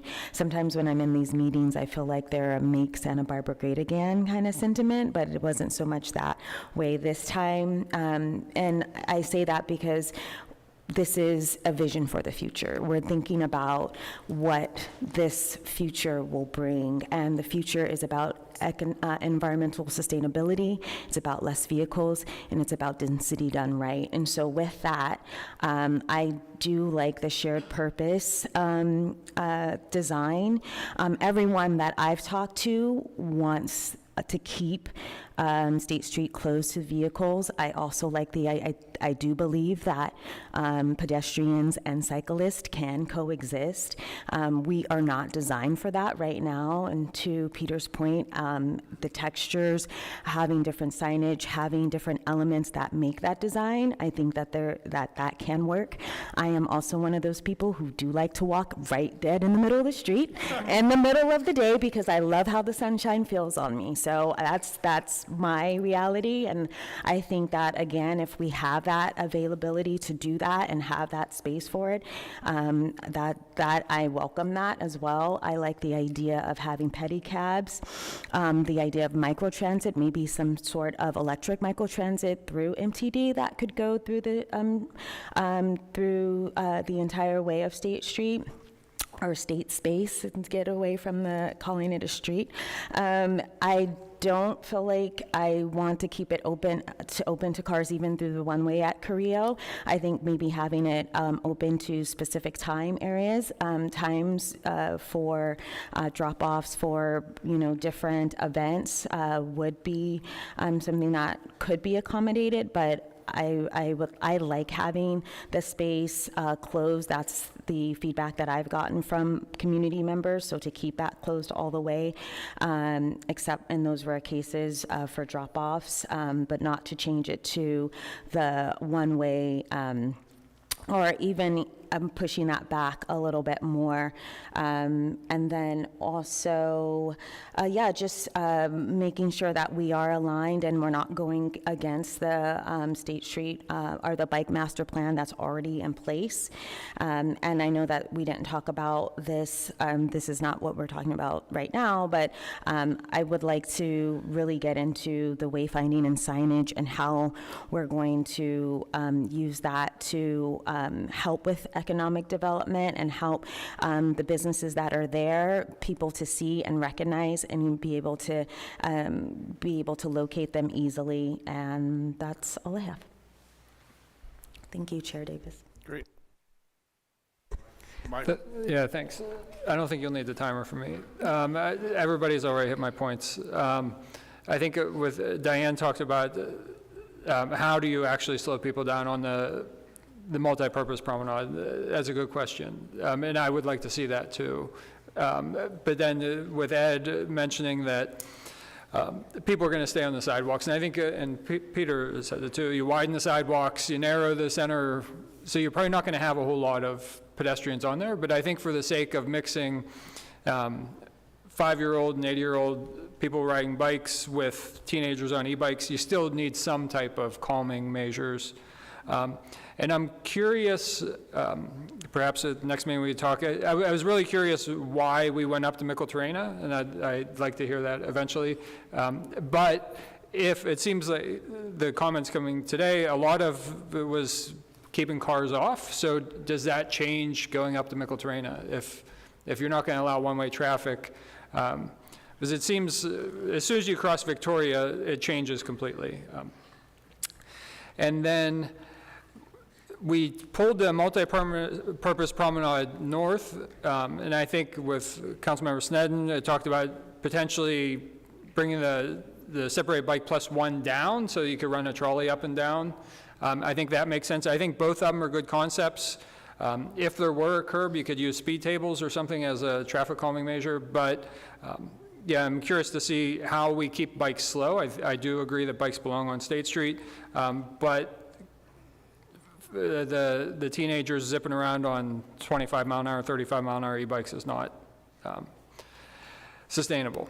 But other than that, I think everybody hit my points. Thank you. Great. Thank you, Roxana. Thank you. So it's always nice to go last because I can You're not going last. Ken's last. Okay, well, I'm towards the end. Sorry. Towards the end, you're absolutely right. That's the chair's prerogative, actually, to still speak. Go ahead. All right, make sure you start my timer again, mister. All right, well, I was going to say, with my background in architecture and urban design, Anthony Grubine's comment really strikes me. It nails it home. So drives it home for me. Mobility drives the entire master plan design, and as such, the next steps need to incorporate Santa Barbara for what Santa Barbara is. It's unique, Santa Barbara urbanism, to focus our unique qualities of El Pueblo Viejo and just Santa Barbara. We need to see that so we can relate to it. However, in the same breath, I can say, I've been waiting for this meeting for months. I am so glad to get a lot of my transportation questions answered. I'd love to see how it's been reflected in the proposals. I don't think we're at the finish line yet by any means, but I am much more satisfied today than I was at the last meeting I was at. I also really want to commend Kristen Sneddon. I loved every single comment that came out of her mouth tonight. I think she's covered almost everything I can think of, but I'm going to go into a little bit more detail on a few topics. I will say that I was very pleased with the transportation two-way lane bike path on Chapala. I think that's what the slide was called. I like this option because it sounds like transportation has really put a lot of thought into where it needs to go, how it would deal with curb cuts and lights and so on. I don't know if there's a easier way, a cheaper way, but at least they're thinking about how to get that mobility off of State Street, at least in the areas that we may truly consider as pedestrian only. But I would suggest that it continues in a long-range plan. Perhaps it has nothing to do with this project here, but in the future, as transportation is thinking about their future goals, so that the Chapala bike path could continue all the way from Gutierrez, all the way up to Sol or Mitchell Terrena, or wherever the activities that are being proposed on our final version of this promenade takes place, so that it can reduce some of that congestion, because there may be bicyclists who don't want to be on State Street, that don't want that foot traffic and those obstacles. They're not there to just ride down and be seen, but they need to get to work, and they need honestly a direct path of uninterrupted bicycling. So I would also say I'm in great support of the full-length version of the Gran Paseo, although I would really like to see it pedestrian only. I know that may or may not still be on the table, but I think if I got my wish, we wouldn't share the road with bicyclists, simply because I would like to see it be a true pedestrian promenade where nobody is in fear of sharing the road with a one-off person who might be using the road poorly or get run over, or all the things that could happen. And I understand that 80% of those surveyed also were in strong agreement with removing cars. So I'd like to know if we could refocus some of our thoughts on that, if that's even an option, as we hear that as being requested here in the room as well. I'd also say we need a very strong, exciting, welcoming gateway into the promenade once we come out from the underpass, to connect the waterfront and the Funk Zone. And I liked the fact that, I don't remember who tonight said, I would love to know if transportation can propose or come back to us with an answer on whether there's an option to turn in both directions onto Gutierrez and not have to make it a block up to Haley. Okay, we got to wrap Yeah, up. lastly, I was going to say trolleys or this electric rail that Kristen brought up, and I think one of our public speakers mentioned it as well. I've never even thought of that, but if that's an option, great. Otherwise, we had a trolley system that was a small vehicle that worked really well in the past, that took us back and forth up State Street. I would love to see that reestablished, and I think the sooner the better, because that will already help us. We need it immediately. So I'll wrap it up right there and just say thank you so much to staff and to our consultants, to transportation, for getting all this together. Thank you, Roxana. Thank Ken. you.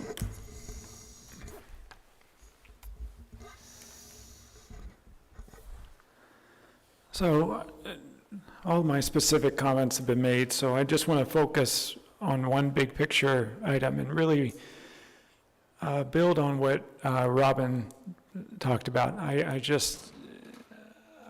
feel like, so we've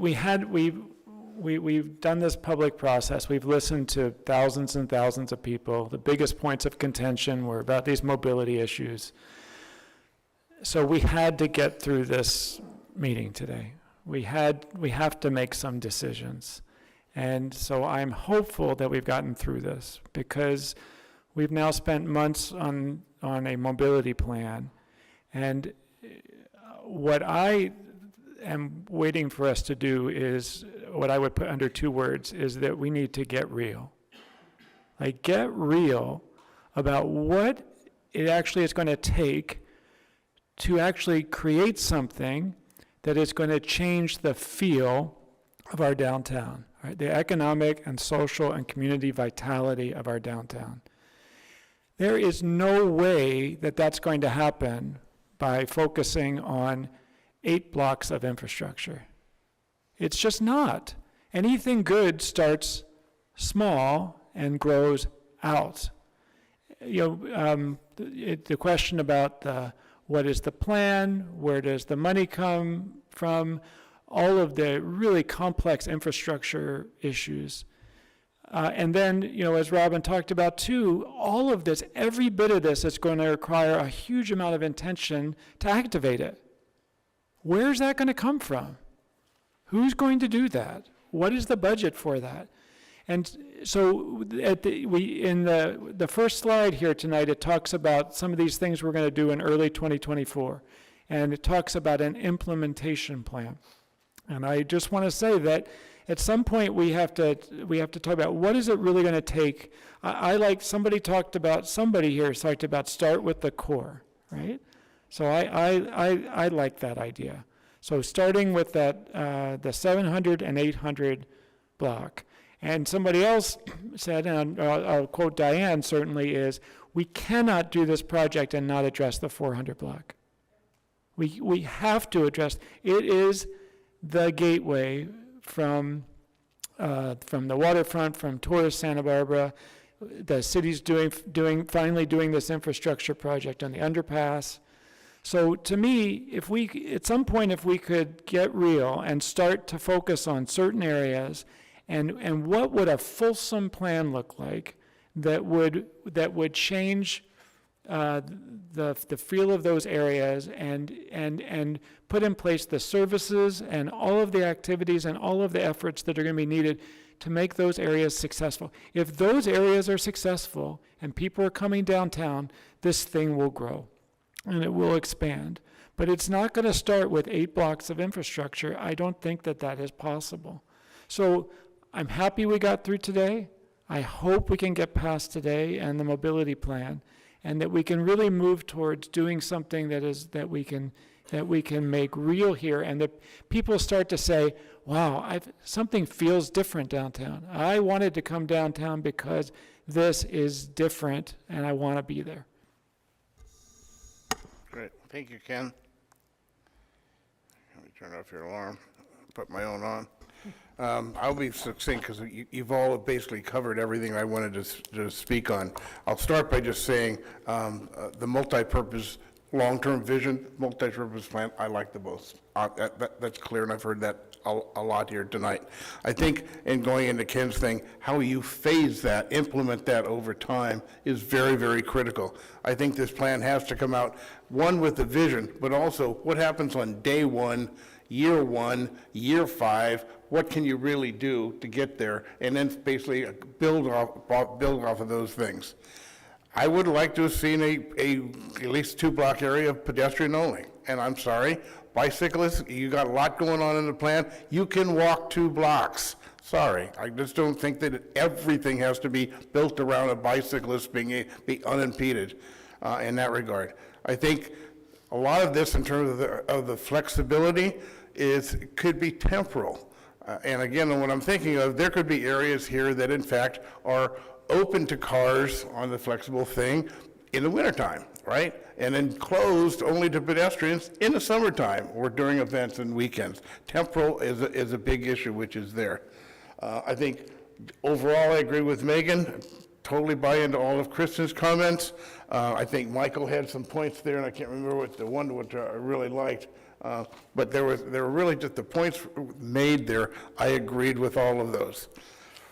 I will say, and what I don't like it, I also basically believe what Anthony Grumbine, he didn't do it in a way that basically got to the core of it, but I think there was reality there that this plan right now is a street plan. It misses the soul and the heart of downtown. It really misses the vision aspect of what's here, and it's just feeling like we spent a year talking about the street and not really basically how it operates holistically in that regard for the future. This, and going back to Kristen's Snedden's point, this was a vision plan, and right now this is to me a street design plan. So, and that really bothers me in that regard. And then lastly, I know what it was, Michael. I got the point that you had, right? Remember me, flat, flexible, and fun, right? Well, flat and flexible, I understand, and it's got to work out over time and what have you. But Michael said, I don't see the wow. In this plan right now, I don't even see how we get to wow. And it's really, really concerning me that the fun, the wow, just isn't there. To go out and sell this to the community, if this is something which is really going to change the face of Santa Barbara positively for downtown, I've yet to see it yet, so I'm concerned. I could live with all the recommendations. I mean, all the recommendations that you had in the recommendation section, I could live with, but I think as a vision, basically, we have to look bigger than that. Multi-purpose plan, a whole thing for the vision, and then we build off of that from the center out. And I really believe, and again, going back to the wow, Roger's comment about gravitational aspect, I'm still waiting to find out, like, what is it that makes downtown a place that you want to be? And I just haven't felt that. Street design isn't going to bring people. It's got to be something else, and we got to find that. That said, all your comments tonight were really, really good. Again, I heard a lot of great comments here tonight. Tess, I think we'll be talking about our next meeting, but I think we got a lot out tonight, and so I think we can go back with that and work from there. You want to call this portion closed, and we'll go back here and see what we do next. But again, thank you all for, one, taking the extra time tonight, because we knew a 3-hour meeting was going to stretch a little bit. So here we are. How'd we do, by the way? I said 6:48. Not bad. Okay. Tess, I'm looking to you, right? Technically, when is our next meeting officially? Not till December? So our next official meeting is December 11th at 3 p.m. Okay. Again, in the Faulkner Gallery. If we do choose to have another meeting ahead of that, it will be in the first couple weeks of November. Okay, we'll meet and talk about that. Okay? Anything else tonight for good of the order? Not hearing any. Thank you all. Thank the public for coming. Thank for the public for commenting online, and we will see you all at our next meeting. Good night, everybody.